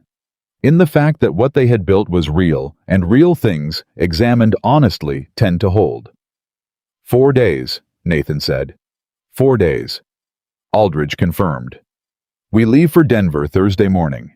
He talked them through the final preparations for another hour, who would testify in what order, what Amelia should expect when she took the stand herself. How to conduct herself under cross-examination by Prescott, who Aldridge described as skilled at making composure look like evasion and emotion look like instability. Don't perform calm, Aldridge told her. Be calm. There's a difference and good judges can see it. He looked at her. You're a woman who's been reading rooms your whole life. Read that room. Answer what's asked. Don't reach for more than what's asked. Trust your account. I trust my account, she said. Good. He looked between them. Is there anything I don't know that I should know before Thursday? Nathan and Amelia looked at each other. There was something. Not a secret exactly. More like a thing that had been becoming clear over the course of the weeks and had not been said aloud because there had not been the right moment for it, or perhaps because both of them were still getting used to the weight of it. Nathan looked at her steadily with the question in his eyes. She answered it with the smallest possible nod. He turned back to Aldridge. Nothing that affects the case, he said. But if you could win this one, we'd like our life back. Aldridge picked up his hat. He looked at them both, the rancher and the woman from Chicago, sitting at their kitchen table in their ranch house, with the mountains visible through the window, both of them worn from weeks of fighting for the right to be exactly where they were. I intend to, he said. The door closed behind him. The kitchen was quiet. Nathan, she said. I know, he said. She hadn't said anything yet. He knew anyway, which was the thing about him, that she was still learning and suspected she would keep learning for a long time. I love you, she said. Because it was true, and it was time, and the courtroom was 4 days away, and she was not going to walk into whatever came next, without having said it in the kitchen of their house, when there was no drama requiring it, and no audience to perform it for. Just her and this man, and the truth of what had grown between them, in the particular soil of honesty and work, and choosing daily to be present. He looked at her for a long moment. I know, he said again. And then more quietly, in the voice he used for things that cost him something to say. I love you too. I've been trying to figure out when to say it. You could have said it earlier. I know. A pause. I kept waiting to be sure I was saying it right. Nathan, she said, there isn't a wrong way to say it when it's true. He looked at her with that look she had been collecting since the beginning. The almost smile, the unguarded attention, the wonder that showed through the careful management. No, he said. I suppose there isn't. Outside, the Colorado afternoon was moving toward evening. The ranch was quiet. The hearing was 4 days away, and Whitmore was still in Denver, and Henry Suggs was ready to testify, and Margaret Cole had written a letter, and Judge Eleanor Crane was waiting in a Denver courtroom with 30 years of knowing exactly what a fraudulent guardianship claim looked like. And in the kitchen of the Cole Ranch, Nathan and Amelia Cole sat across from each other with the specific, grounded, unhurried certainty of two people who had already won the most important thing and were going to Denver to make it official. They left for Denver on Thursday morning before the sun was fully up. Ruth Calloway came to the ranch the night before and pressed Amelia's hands at the door and said nothing except, "You know who you are," which was the most useful thing anyone said to her in the entire period of preparation. Ed Calloway shook Nathan's hand with both of his, which was the same thing said in a different language. Tom Briggs had already told half of Silver Creek what was happening in the discreet way he had of making information available without appearing to dispense it, and the result was that when their wagon rolled through the main street of town at first light, there were 3 people standing outside in the early cold who had no reason to be standing outside at that hour, except that they wanted to be seen standing there. Mrs. Hobart from the schoolhouse, the doctor, James Riley, a young woman named Pearl who worked at the hotel and who Amelia had spoken to exactly twice, but who apparently felt the situation required her visible presence at 5:30 in the morning. Amelia looked at them as the wagon passed. She did not cry because she had decided she wasn't going to cry until this was over, and she was good at deciding things, and then doing them. But something moved through her that was not far from it, the specific warmth of discovering that a place had become yours without you fully noticing it happening, and that the people in it had noticed you before you noticed them. "Silver Creek," she said. Nathan glanced at her. "Yeah, it's mine," she said. Not possessively, more like a statement of fact that had just arrived at its own clarity. "I didn't expect that this fast." "Places that are real tend to happen fast," he said. She thought about that for the rest of the first hour of the road to Denver. Aldridge met them at the hotel he had arranged. He had been in Denver for 2 days already, making final preparations, coordinating with the witnesses. He came down to meet them in the lobby with his briefcase and his wire-rimmed glasses and the compressed energy of a man who has done everything he can do and is now waiting for the thing that cannot be controlled. "Suggs is here," he said. "He arrived yesterday. He paused, searching for the word resolved. That's the best description. He's frightened, but he's resolved." Whitmore tried to reach him again, Nathan said. "The night Suggs arrived, a man came to his hotel room. Suggs told him to leave and then came directly to me." Aldridge looked between them. "He's going to be a credible witness. Not a comfortable one. He's 23 years old, and he's about to testify against a man who frightens him. But credible. The discomfort actually helps in front of a judge who knows what she's looking for." "And Margaret's statement," Amelia said, "submitted and accepted into the record." Prescott objected. Judge Crane overruled. Something in Aldridge's expression suggested he had found that moment satisfying. "She's read everything. She doesn't telegraph her thinking, but she asked questions during the pretrial conference that told me she already understands the shape of what Whitmore is attempting." "What kind of questions?" Nathan said. "She asked Prescott to confirm the date of the guardianship clause's execution. He gave a date. She asked him to confirm who witnessed it. He named Suggs." Aldridge paused. "She then asked him why, if the clause had been executed in October 1885 and was considered binding. Whitmore had not attempted to invoke it prior to March 1886 when Amelia left Chicago." He looked at them.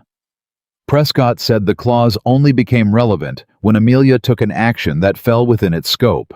"That's a weak answer," Amelia said. "It's a very weak answer," Aldridge confirmed. "Judge Crane did not say so, but she wrote something down." The courtroom was in the Territorial Courthouse on Larimer Street, a solid brick building with high ceilings and the particular gravity of rooms where things are decided. They arrived 30 minutes before the hearing was scheduled, and Aldridge walked them through what was going to happen in the specific practical way. He did everything not to reassure them, but to prepare them, which was a different thing and more useful. Prescott was already there when they entered. He was a tall man, 60s, with white hair and the bearing of someone who had spent decades being the most confident person in any room he entered.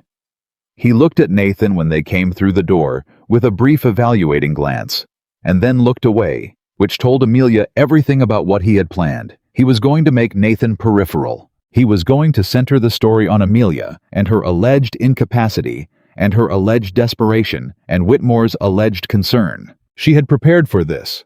What she had not prepared for was seeing Whitmore himself. He was sitting at the opposing table with Prescott and a clerk, and he looked— She searched for the right word. Diminished. Not physically. He was the same large, well-dressed Chicago businessman she remembered. But there was something in his bearing that had not been there in the ranch yard. Something tighter. He was a man who had spent weeks building a legal case against a woman he had expected to be manageable, and the case was not going the way he had expected, and he knew it. He looked at her when she came in. She looked back at him without expression. He looked away first. That small, inconsequential moment told her more than an hour of legal argument could have. He was not certain. He had never been certain. He had made a bet on her smallness, and she had refused to be small. And now he was sitting in a Denver courtroom, hoping his lawyer was better than her lawyer, which was a significantly weaker position than the one he had planned to occupy. Nathan's hand briefly touched her elbow as they sat, not holding, just touching the lightest possible contact, the physical equivalent of "I'm here," then gone. She sat down and opened her hands in her lap and was ready. Go. Judge Eleanor Crane entered the courtroom, and Amelia understood immediately why Aldridge had told her what he told her. She was perhaps 55, with iron gray hair, and the kind of face that had learned over decades to show nothing in professional situations that wasn't chosen. She moved with the authority of someone who had earned her position through a door that was never fully open and had stopped being surprised by the weight of it. She sat, arranged her papers, and looked at both tables with equal measure. "We're here on the matter of Whitmore versus Cole," she said. Her voice was clear and unhurried. "Mr. Prescott, Mr. Aldridge, good morning." Before we begin with testimony, I want to address the scope of this proceeding. The claim before this court is that a guardianship provision in the Carter-Whitmore business partnership grants Mr. Whitmore standing to challenge Mrs. Cole's marriage and her decisions regarding her own future. I have reviewed the submitted documentation. I have questions. She looked at Prescott. Mr. Prescott, the guardianship clause. Can you read it for the record verbatim as it appears in the document your client has submitted? Prescott stood with the ease of a man accustomed to courtrooms. He opened the document and read the clause. It was 3 sentences. It stated that in the event of the incapacity or death of Thomas Carter, Douglas Whitmore was designated as responsible party for the management of estate interests, including decisions affecting Carter family dependents. Judge Crane said, dependents. Yes, Your Honor. Mrs. Amelia Carter, as she was at the time of her father's death, was she a dependent of the estate? A pause. Brief, but Amelia felt it. She was a family member in a period of transition, Prescott said carefully. That is not the same as a dependent, Mr. Prescott. The clause's intent. I'm not asking about intent. I'm asking about language. Judge Crane looked at the document. A dependent in standard legal usage is a person who relies on another for financial support. Was Mrs. Carter financially dependent on her father's estate at the time of his death? She had no independent means of support. Mr. Prescott? The judge's voice did not rise. It didn't need to. Did the estate provide for her financial support after Thomas Carter's death? Was there a provision, a trust, an allowance? The estate was substantially encumbered by debt.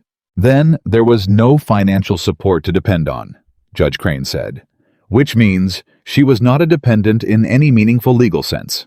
She made a note. We'll proceed to testimony, but I want it understood that the foundational premise of this claim is going to require considerably more support than the submitted documentation currently provides. Amelia did not permit herself any visible reaction, but under the table, her left hand found Nathan's and gripped it once briefly before releasing it. He gripped back before she let go. Prescott called his witnesses first. He had brought 2 people from Chicago, a neighbor woman named Mrs. Adelaide Fitch, who had known the Carter family for 15 years, and a man named Robert Greer, who had done business with Thomas Carter, and claimed to have observed Amelia's state of mind during the estate period. Mrs. Fitch testified that Amelia had seemed distressed and overwhelmed in the months after her father's death.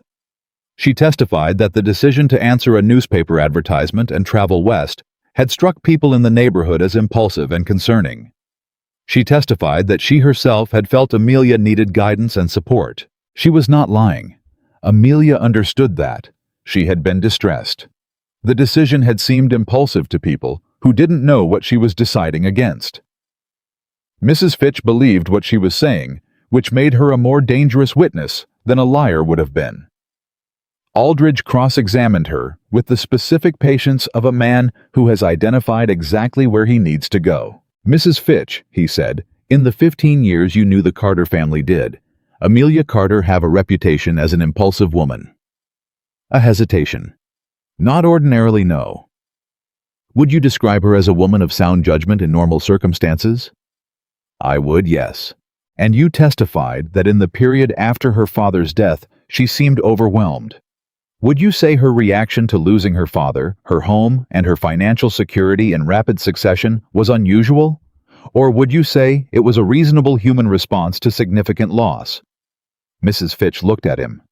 A reasonable response, she said quietly. Thank you, Aldridge said. Nothing further. Robert Greer was less useful to Prescott than he had apparently hoped, because under Aldridge's cross-examination, it became clear that his primary observation of Amelia during the estate period was that she had asked pointed questions about the disposition of her father's business papers, which Aldridge allowed Greer to describe in full, because what it actually demonstrated was a woman paying careful attention to a situation she had reason to be suspicious of. Judge Crane listened to all of it with the expression she apparently wore for everything attentive, neutral, writing things down. Then Prescott called Whitmore himself. Whitmore took the stand with the confidence of a man who has given testimony before and believes he is good at it. He was technically a capable witness. His voice was steady. His answers were organized. He presented himself as a concerned family friend, acting in good conscience to protect a young woman he had known since childhood. He said all of this while looking primarily at Judge Crane, which was the correct strategic choice. He barely glanced at Amelia. Aldridge let Prescott finish and then stood up.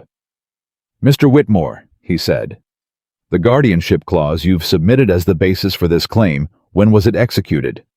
"October 1885. "And the document you've submitted, is this the original partnership agreement or a copy?" "It is the original." "The witness to this clause is listed as Henry Suggs. Is that correct?" "It is." "Henry Suggs was your office clerk at the time." "He was a clerk in the Carter-Whitmore offices, yes. And he witnessed Thomas Carter's signature on this clause in October 1885. "He did." Aldridge nodded slowly. "Mr. Whitmore, I'd like to ask you about a specific Tuesday in November 1885. A Tuesday on which you visited Thomas Carter at his home with a folder of documents. Do you recall that visit?" Something shifted in Whitmore's face, so small that most of the room probably missed it.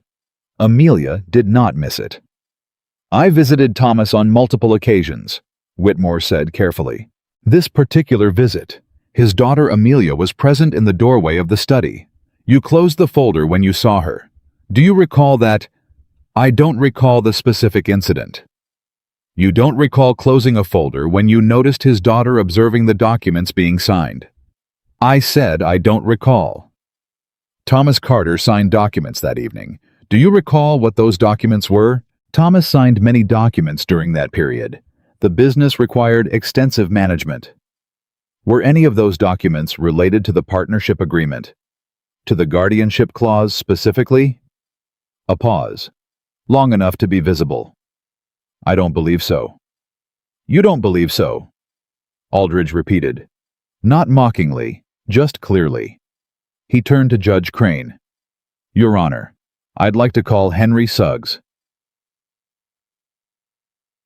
Henry Suggs was 23 years old and looked it. He took the stand with the particular posture of a young man who has made a decision that frightens him and is holding himself together through the decision itself rather than through any natural confidence. His hands were still. His face was pale. His eyes, when he looked at the room, moved to Whitmore once and then moved away and did not return. Aldridge was gentle with him. Methodically, carefully, without rushing, he walked Suggs through the history of his employment, through the period of Thomas Carter's illness, through the document sessions he had witnessed. "In October 1885, Aldridge said, "Did you witness Thomas Carter's signature on a guardianship clause in the Carter-Whitmore partnership agreement?" Suggs was quiet for a moment. The courtroom was very still. "No," he said. One word. The room absorbed it. "No," Aldridge said. "The partnership agreement I witnessed in October 1885 did not contain a guardianship clause," Suggs said. His voice was steady. He had apparently decided that if he was going to do this, he was going to do it clearly. "The version I witnessed covered business asset disposition and liability sharing. There was no provision regarding family members." "When did you first become aware that the document submitted in this case contained a guardianship clause?" "When Mr. Whitmore's man showed it to me last month and asked me to confirm that I had witnessed it." "What did you say?" "I said I needed to look at it more carefully." A pause. "The man told me that my memory might be imperfect and that it would be in my interest to confirm what I was being shown." "And did you?" "No." Suggs looked at his hands, then back at Aldridge. "I know what I witnessed. I was 22 years old, and I was careful about it because Mr. Carter was sick and I wanted to make sure everything was done properly." He stopped. "The clause that's in that document now was not there when I signed as witness. Someone added it later." The courtroom did not erupt. It was not that kind of room. But the quality of the air changed the specific atmospheric shift of a thing that has been asserted for weeks being confirmed in public. Prescott stood immediately. "Objection, Your Honor. The witness is making a claim about document alteration without... He's testifying about what he witnessed, Judge Crane said. That's what witnesses do, Mr. Prescott. Objection overruled. She looked at Suggs. You may continue. I don't have anything to add, Suggs said. That's what happened. Aldridge said, Nothing further, Your Honor. Prescott cross-examined Suggs for 20 minutes and accomplished nothing. Suggs was not rattled by confidence or volume. He had the specific composure of someone who has made a moral decision and is on the other side of it, where the fear has been replaced by the particular calm of a thing already done. The only moment that came close to moving him was when Prescott, in clear frustration, said, Mr. Suggs, are you aware that your testimony directly contradicts that of your former employer, a well-respected businessman with no history of legal impropriety? Suggs looked at Prescott. I'm aware, he said. I've been aware of it for about 6 months. I've been trying to decide what to do about it. He paused. Mrs. Cole's letter made it easier to decide. Prescott blinked. What letter? Suggs reached into his jacket and produced a folded page. She wrote to me, not about the case. She wrote to tell me what had happened and ask me if I knew anything that was relevant to consider whether my conscience required me to speak. He said it on the stand. She said she wasn't asking me to take a risk for her. She was asking me to take a risk for what her father would have wanted. The room was absolutely still. Amelia had not told Nathan about the letter. She had not told Aldridge about the letter. She had written it in the second week of waiting in the kitchen late at night, while Nathan was already asleep, and sent it without strategy and without certainty that it would do anything at all. She felt Nathan's attention shift toward her, without looking at him. She kept her eyes forward. Judge Crane looked at Amelia for a moment, a brief, direct look that contained something Amelia couldn't fully read, but which felt like recognition. Then the judge looked at her papers. We'll recess for 30 minutes, she said. And then I'll hear closing arguments. The recess happened in a small room adjacent to the courtroom that Aldridge had arranged access to. He closed the door and stood with his briefcase and looked at both of them. The letter, he said, looking at Amelia. I wrote it before I knew what Suggs would do, she said. I didn't know if it would help. It was the best thing that happened in that courtroom today, Aldridge said, not with reproach, with something that was close to wonder. Prescott is going to try to make closing arguments that pivot away from the guardianship clause he knows it's compromised. He'll try to make this about character again, about the speed of the marriage, about Nathan's history. He paused. Let him. Judge Crane already asked the question that tells me where she's going. What question? Nathan said. She asked Prescott why Whitmore waited until March to invoke a clause he supposedly executed in October. Aldridge set his briefcase down. The answer she's already arrived at is that he waited because the clause didn't exist in October. He created it when he needed it. He looked between them. This case is over. The only question is, how completely? What do you mean, how completely? Amelia said. I mean, I'm going to ask in closing that the court not only dismiss Whitmore's claim, but find that the submitted document constitutes fraud on the court. He held her gaze. That finding opens Whitmore to criminal exposure, not just a lost case, genuine legal consequences. The room was quiet. Do it, Nathan said.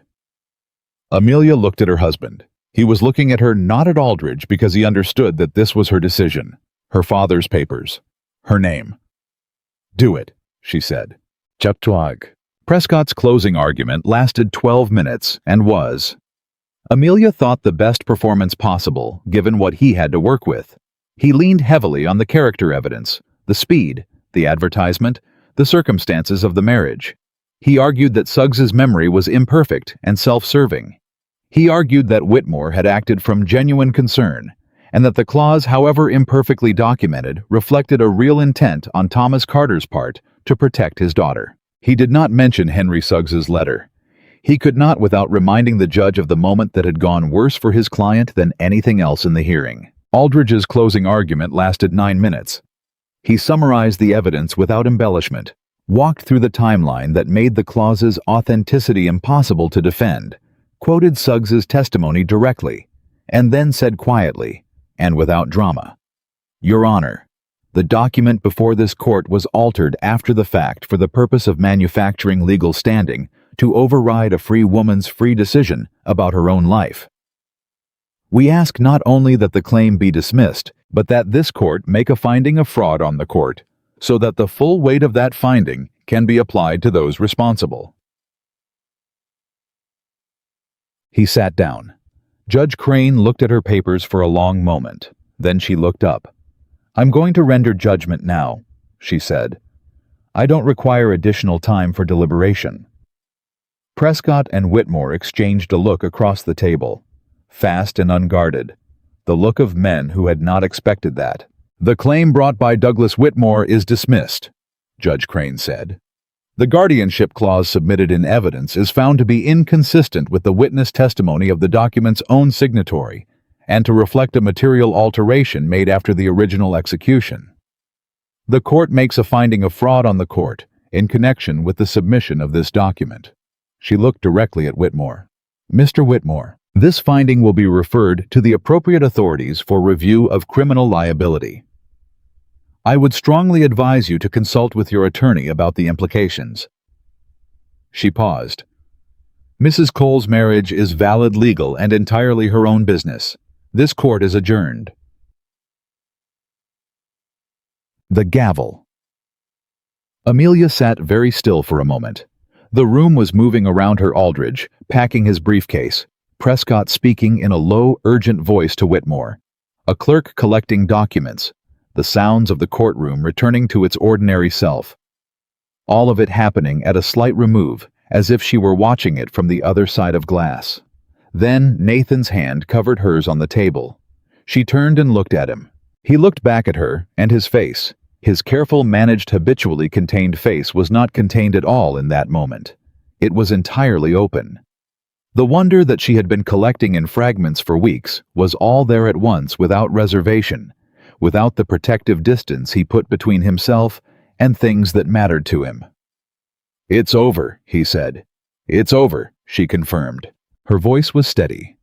She had decided not to cry until it was over, and she still didn't cry, because what she felt wasn't grief releasing. It was something more like ground returning under her feet after weeks of uncertain footing. The specific physical sensation of standing on something solid. She stood up. She straightened her jacket. She picked up her gloves. Then she looked across the room to where Douglas Whitmore was standing with his attorney, and she did something she had not planned to do, and which came from somewhere below, planning the same place the laugh had come from, and the vows, and the letter to Henry Suggs. She walked over to him. Nathan behind her did not move to stop her or follow her. He trusted her. She felt that in the space behind her as clearly as she would have felt his hand. Whitmore saw her coming and went slightly still with the particular stillness of a man who no longer has the advantage and knows it. She stopped in front of him. "My father trusted you for 20 years, she said. Her voice was low and even, not angry. Anger had a heat to it, and this was not hot. It was very clear and very cold and entirely composed. He signed your papers because he believed you were his friend. He died believing that." She held Whitmore's gaze and did not let him look away.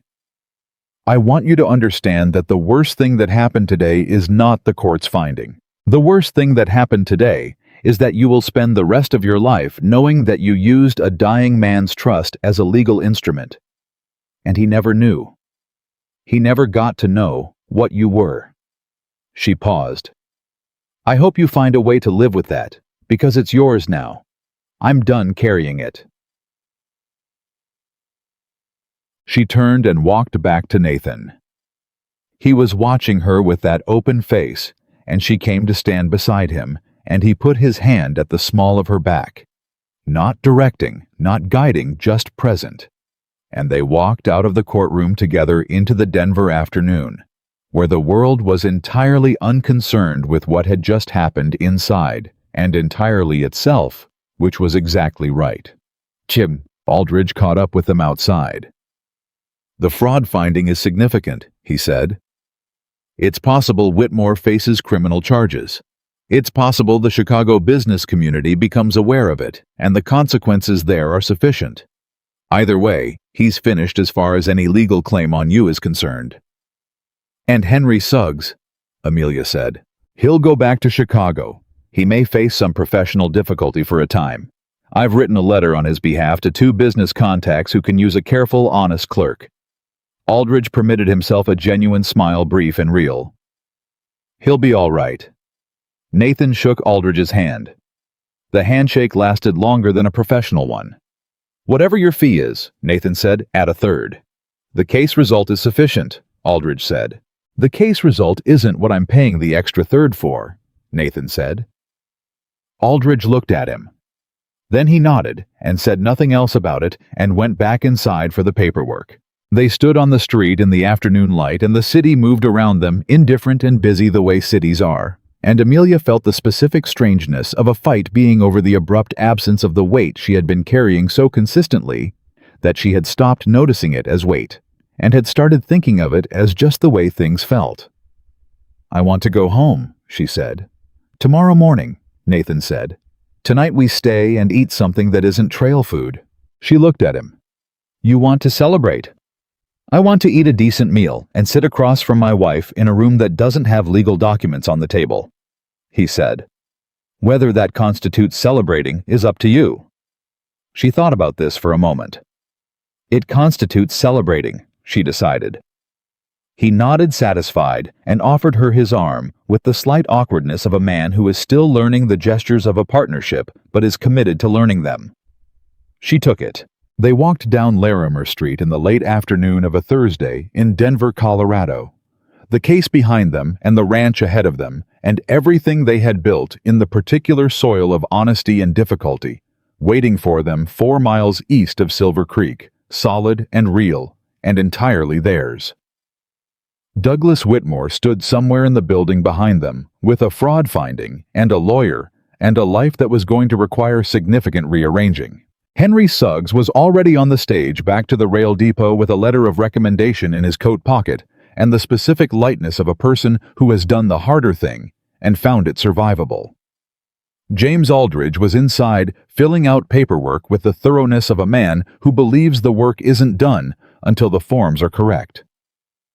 And Nathan and Amelia Cole walked through the city toward supper and tomorrow and home, and neither of them looked back. There was nothing behind them worth looking back for. Everything was ahead. The road back to Silver Creek took most of Friday. They left Denver in the early morning with the particular quality of people who have put something down that they had been carrying so long. It left a mark where it used to be, not gone exactly, but different. Lighter in one sense and heavier in another, the way things are when you stop spending energy on them and the energy has nowhere immediate to go. Nathan drove. Amelia sat beside him. The first hour passed without much conversation, not because there was nothing to say, but because neither of them was quite ready to say it.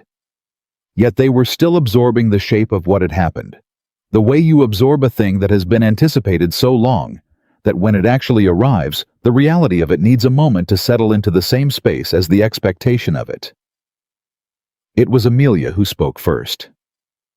I owe you an apology, she said. He looked at her.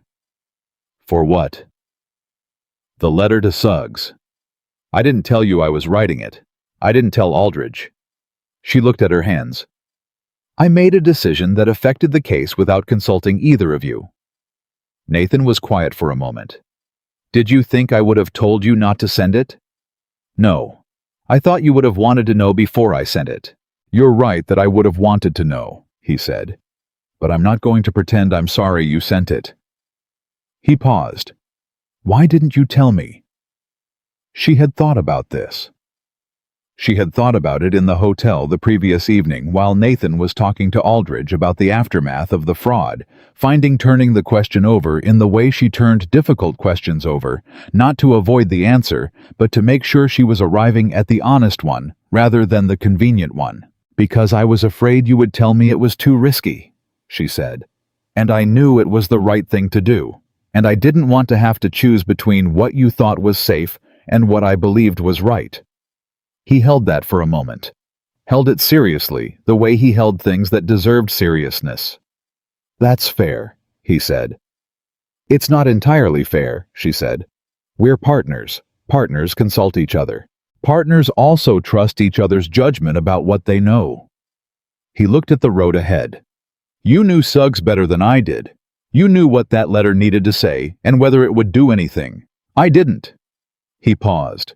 "I would have wanted to know, but I think if you'd told me, I might have been cautious in ways that would have made the letter worse, or stopped it." She looked at him. "So you're not angry?" He started, then stopped. Tried again. "I want us to tell each other things. That matters to me. But no, I'm not angry." He glanced at her. "Suggs sitting in that courtroom today happened because of that letter. I'd have to be a particular kind of fool to be angry about the thing that won." "I promise to tell you next time," she said. "I know you will," he said.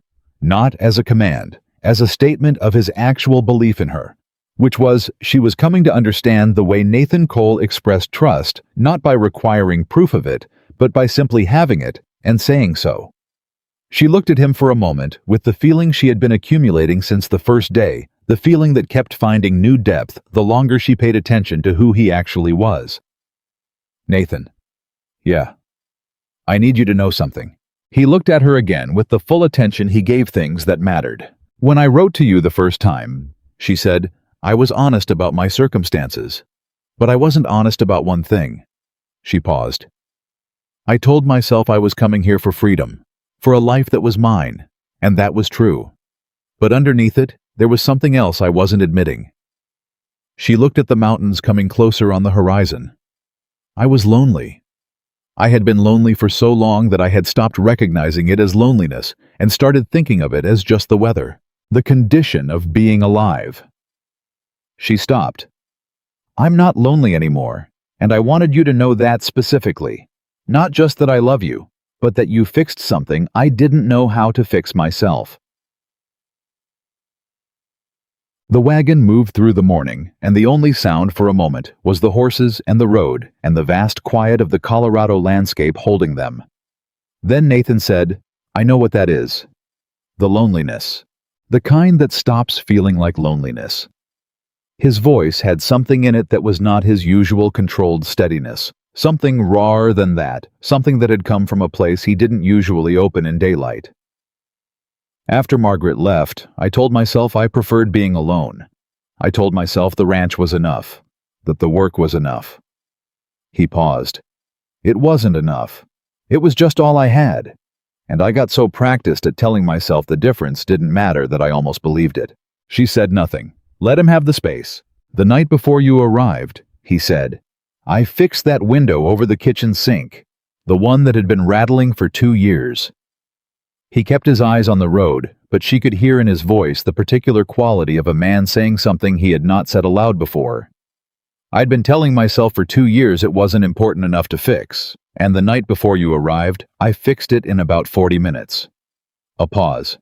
"I didn't examine that too closely at the time, but I think what it means is that I'd been living in that house like it was temporary, like I was just passing through it. And then you were coming, and I needed it to be a home." Amelia felt something move through her chest that was too large for the space and had to find room. "It is a home," she said. "I know," he said.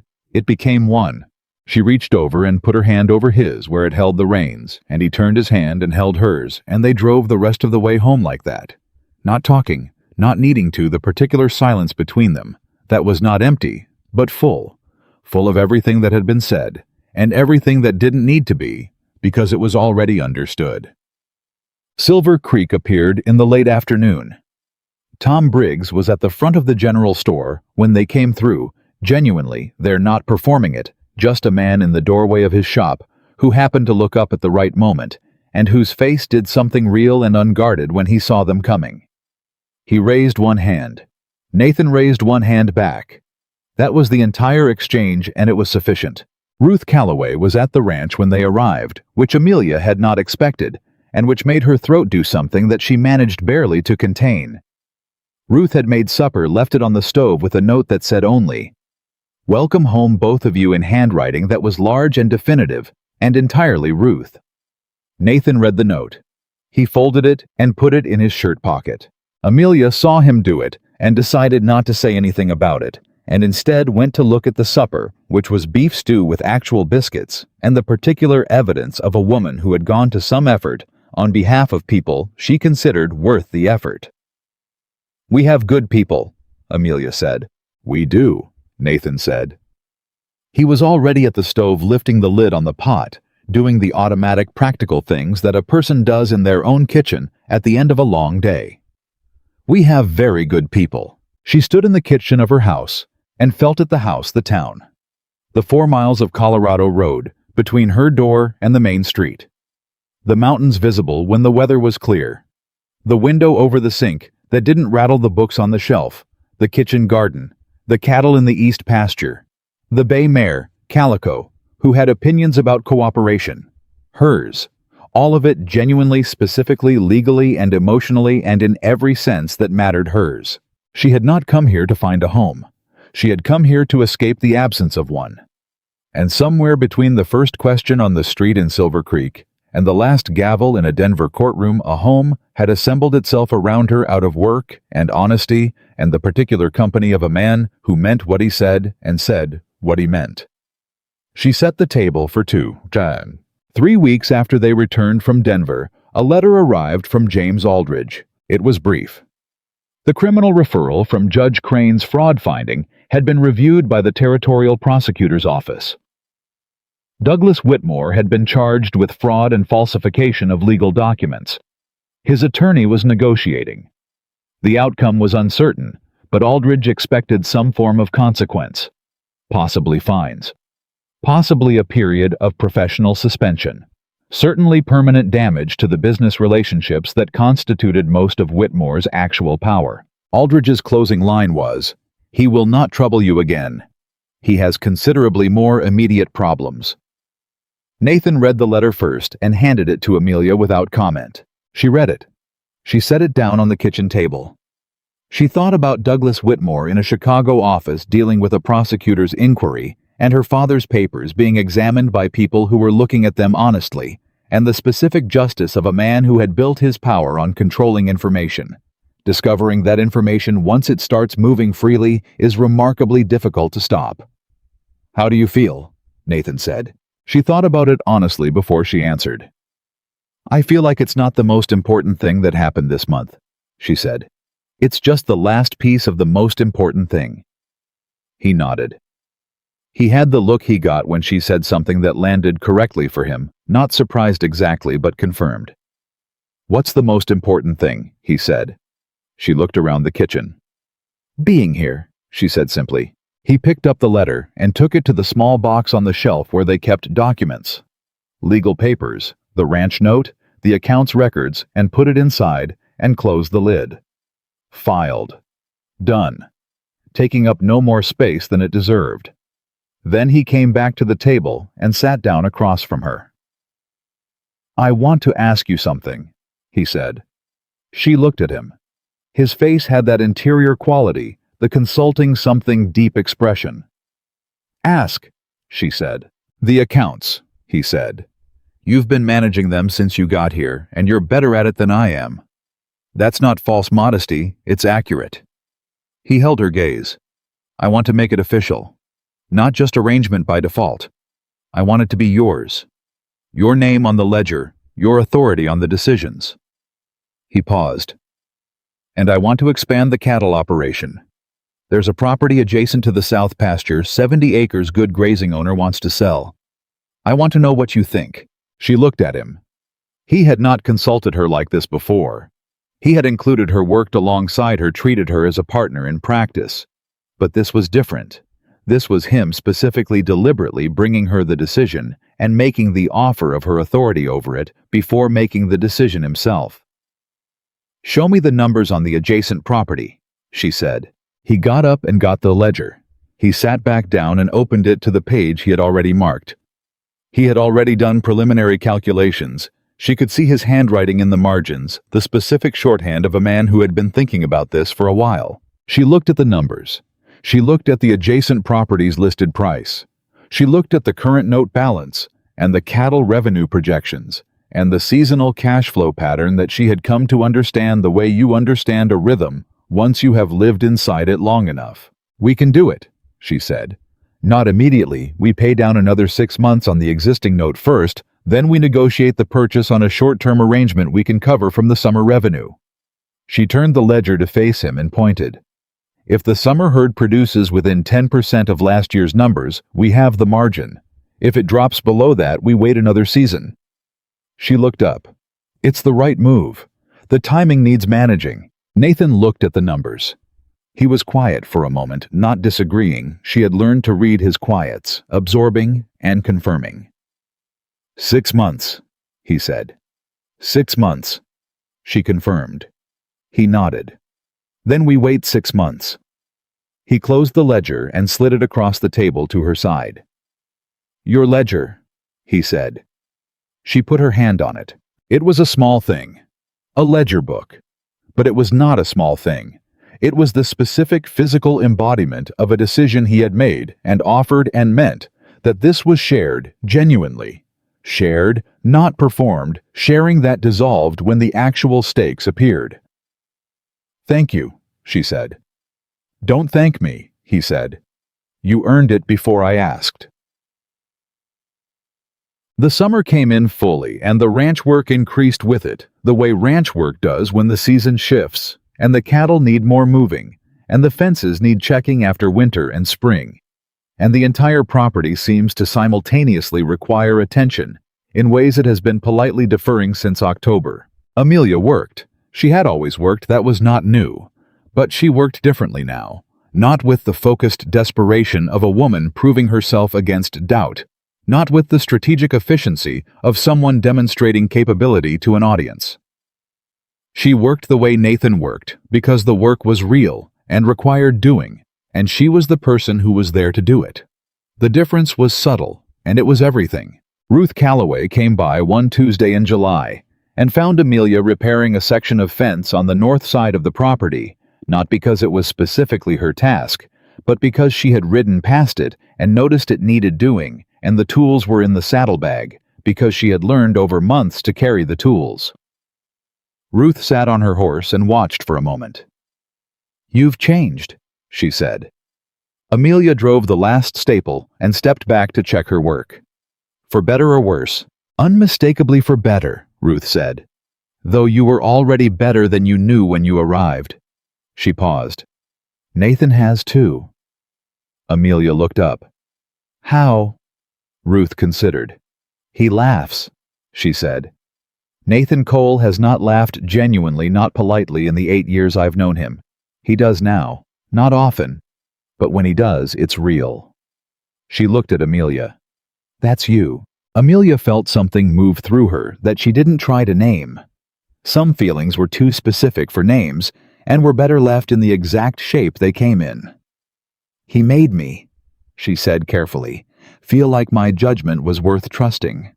For the first time in my life. That's him."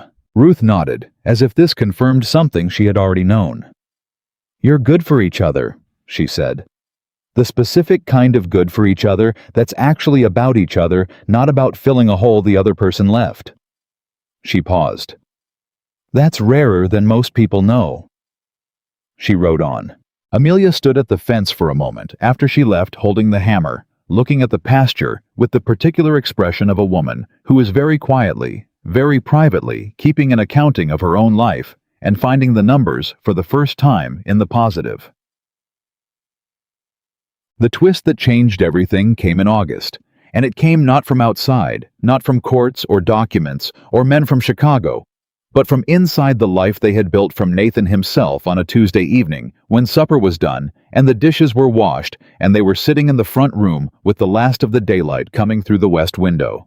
He said, "I need to tell you something I should have told you before the hearing." She looked up from the account book she had been reviewing. His face had that interior quality again, but different from the usual version, tighter. Whatever he was about to say had been held for a while and had gotten heavier in the holding. "Tell me," she said. She closed the account book. Whatever this was deserved her full attention. He sat forward, He held his hands between his knees in the way he did when he was working through something difficult. "The East Pasture note," he said. "The one I've been paying down. The reason I bought that land 3 years ago." He paused. "I bought it because the man who sold it to me told me there was a water source on the eastern boundary, a creek that ran year-round. He said it would make the pasture viable through dry summers without additional cost." She listened. She said nothing. "There is no year-round creek," Nathan said. "There was water when I looked at the land in early spring. By June, it was seasonal runoff, and by August, it was dry. I overpaid for land that isn't worth what I paid for it, based on information that was either wrong or deliberately misrepresented." He looked at her. "I've been paying that note down as fast as I can because I was embarrassed. Because I made a decision on incomplete information and it cost us money we couldn't easily afford to lose." "Us," she said. "Us?" he said. "I know it was before you came. But you're managing those accounts now, and the note is in those accounts, and you've been working from numbers that don't tell the full story." He held her gaze. "That's not fair. And I should have told you when I handed you the ledger." The room was very quiet. She understood what this had cost him. Not the money, the telling. The specific vulnerability of a careful, private, self-sufficient man, showing her the place where he had been wrong and had been hiding it. Not out of manipulation, but out of the deep habit of a person who had learned to absorb his own failures alone, because asking for help with them required trusting someone with something that could hurt him. He was trusting her with it now. "How much is the shortfall between what the land is worth and what you paid?" she said. He told her. She did the arithmetic in her head against what she knew of the accounts. "It changes the South Pasture timeline," she said. "Not by much. 1 season, maybe 2. "I know. Is there any legal recourse on the misrepresentation? Who sold you the land?" "A man named Carver out of Pueblo. He's dead. Estate settled 2 years ago." "Then that door is closed," she thought. "The land itself, is it useful for anything other than what you intended it for?" He looked at her. This was apparently not the direction he had expected the conversation to go. "It's good grazing land," he said. "The water issue matters in August and September specifically. The rest of the year it's viable." "Then we factor it accurately," she said. "We adjust the summer rotation so the East Pasture carries lighter loads in August and September. We don't lose the land, we use it for what it's actually worth, rather than what you were told it was worth." She paused. "And you tell me things like this before they've been carried alone for 3 years. He looked at her for a long moment. "I was ashamed," he said. It was a simple, direct statement, not an excuse. "I know," she said. "I know exactly what that is. I spent a year being ashamed of needing help and watching it make everything worse." She held his gaze. "We don't do that here. Not with each other." "No," he said. "We don't." "Good." She opened the account book back to the page she had been on. "Now, come look at this with me. If we adjust the rotation the way I'm thinking, I want to know if the North Pasture can carry the additional load." He came and sat beside her at the table, close enough that their shoulders touched, and they bent over the account book together in the particular light of a Colorado August evening, and worked through it. Not him explaining, and her learning, not her managing, and him observing. But two people who understood the same numbers and the same land and the same stakes, thinking through the same problem together. It took an hour. When they arrived at a solution that worked not perfectly, not without adjustment, but genuinely and sustainably. Amelia closed the book and sat back. "We're all right," she said. "We're all right," he agreed. He was looking at her in the particular way he had developed over the months, the way that had started as careful assessment and become something else entirely. Not less attentive, more settled.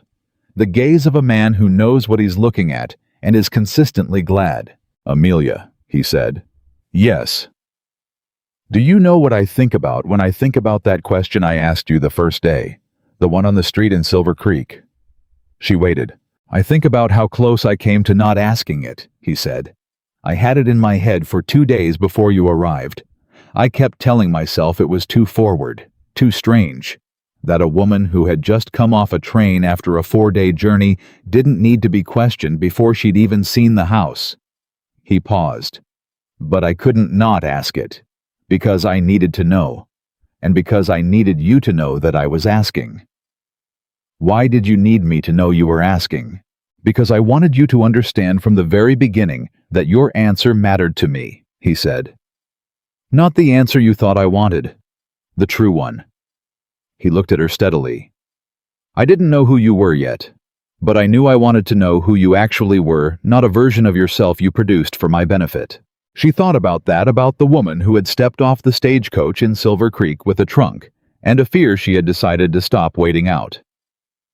About the answer she had given him, the honest, uncertain answer, both maybe which had been less than reassuring, and which he had accepted with the words, "That'll do."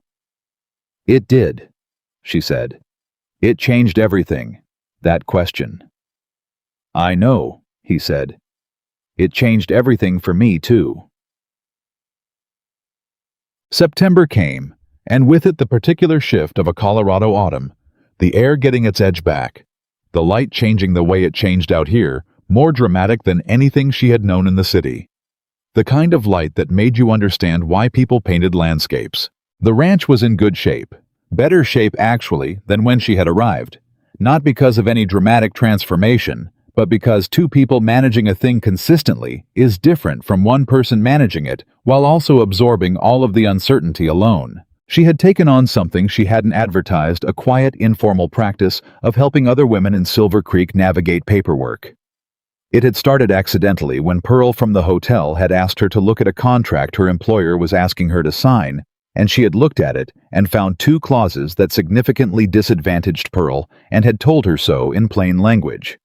Word had moved the way word moves in small towns, and now she was periodically at the kitchen table with a woman from town going through a document or a letter or a legal notice doing what she did, reading carefully, thinking clearly, saying in plain language what the thing actually said. Nathan had noticed. He had not commented directly. But one evening he had come into the kitchen to find her at the table with a young woman named Dora, whose husband had died in the spring, and who was trying to understand the terms of the estate her husband's family was contesting, and he had made coffee without being asked, and set a cup beside each of them, and gone back to the front room without a word. She had thought about that for days. One evening she said, "I want to do it properly." He looked up from the book he was reading. Do what properly? Help people with paperwork, legally. I've been doing it informally, but if I'm going to continue, I want to understand the limits of what I can offer.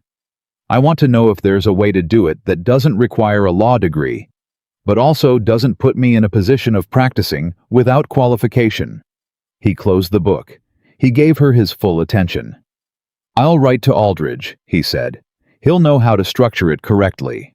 I don't want it to come from you, she said. I'll write to Aldridge myself. He looked at her for a moment. Then he nodded. I know you will, he said. I shouldn't have offered. You offered because you wanted to help. I offered because it's my instinct to fix things, he said. I'm still learning the difference between helping and doing. She smiled. You're learning faster than you think. He picked his book back up, but the corner of his mouth had that specific quality, the almost smile that was more honest than most people's full ones, and she went to her own chair and her own book, and they sat in the autumn evening in the shared warmth of the room that was theirs, the quiet that was theirs, the home they had built from nothing more and nothing less than choosing each other and meaning it. The letter from Henry Suggs came in October. It was short. He had the new position better than the old one with one of the firms Aldridge had recommended. He was settled. He was doing well. He wanted her to know that, and he wanted to say one thing directly, that the letter she had written to him was the reason. Not just the reason he testified, the reason he had been able to decide. Because she had asked him to be honest not for strategy, but for her father, and he had understood the difference, and it had made the decision possible. I think your father would be proud of you, he wrote. I didn't know him well enough to say that with authority. But I knew him well enough to know he was a man who believed people should do right by each other. You're doing that. I hope the ranch is good. She read it at the kitchen table. She read it twice. Then she folded it and held it against her chest for a moment with her eyes closed. Nathan was outside. She did not call him in. She sat with it alone for a little while with her father and the truth of him, and the knowledge that the last thing Douglas Whitmore had tried to steal from her, the right to be her father's daughter without shame, was intact. More than intact. Confirmed. When Nathan came in and saw her face, he sat down across from her without asking. She slid the letter to him. He read it. He set it down. "Your father raised you," he said. "That's what Suggs is saying." "Yes," she said. "He'd have liked knowing this." "I know he would." Silence. "I'm glad you went west," Nathan said. She looked at him. "So am I." "I'm glad you answered the honest one instead of the careful ones." She remembered what Ruth had told her, that he had written 4 versions of the advertisement. 3 careful ones and 1 honest one. "I'm glad you sent the honest one," she said. "I almost didn't." "I know." She held his gaze. "Nathan, if you had sent a careful one, I wouldn't have answered." He took that in. She watched it land in him. "Then we got lucky," he said. "We got honest," she said. "That's better than lucky. Luck runs out." He smiled fully genuinely, the kind of smile that had become less rare over the months, and was no less worth seeing for that. The kind that made his whole face different, that showed her the man he had been working his way back to, being since long before she arrived. She smiled back at him. That evening they sat on the porch in the cooling air of a Colorado October, with coffee and the last of the light on the mountains, and the particular quiet that belonged to the end of days that have had enough in them to feel complete. "Ask me again," she said. He looked at her. He knew what she meant immediately. She could see it in his face. "Are you here?" he said in the same quiet, steady voice he had used on the street in Silver Creek on the first day. "Because you want this life, or because you believe you have nowhere else to go?" She turned and looked at everything. The mountains, the pasture, the barn, the light on the kitchen window from the lamp they'd left burning inside. She looked at her husband, this complicated and careful and finally open-hearted man, who had written 4 versions of an advertisement and sent the one that was true, who had asked the question that no one had ever thought to ask her, who had stood beside her in a ranch yard and a courtroom and a kitchen table in equal measure, and been the same person in all of them. She took her time with the answer the way he had taught her to take time with things that deserved it. "I'm here," she said, "because this is the life I chose, on a day when I could have chosen differently, when I had options I hadn't admitted to myself yet, when nothing was forcing my hand except the pull of something real." She held his eyes. "I'm here because you asked me what I wanted before you told me what you needed, and nobody had ever done that, and I decided the moment you did it that a man who asked that question was a man worth answering." She paused. "And everything that's happened since has been the proof of it." Nathan was looking at her the way he had looked at her on that first day, with the same careful attention. But everything underneath it was different now. Where the first day had been the look of a man trying to see something accurately, this was the look of a man who had been seeing it for months and was still not finished being grateful for what he saw. "That's a better answer than the first one," he said. "I had more time to think about it," she said. "You had more information," he said. "There's a difference." She laughed, the real laugh, the unguarded one that had started in the east pasture with Calico and the philosophical disagreement, and had never entirely gone back to wherever it lived in the years before she came here. "You're going to make that distinction for the rest of our lives, aren't you? Between information and time." He held her gaze with the almost smile, the full one, the real one. "Yes, I am." She leaned into him, not just slightly this time, not just enough to feel the solidity of him, fully.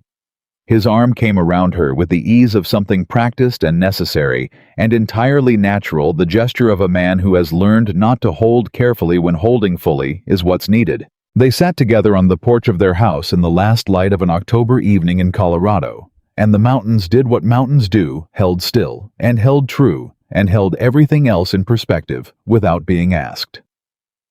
Inside, the lamp was burning. The accounts book was on the table, balanced.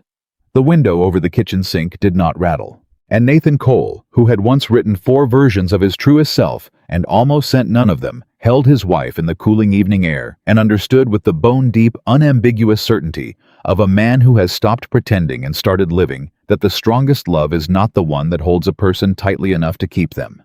It is the one that tells the truth freely enough that they choose to stay.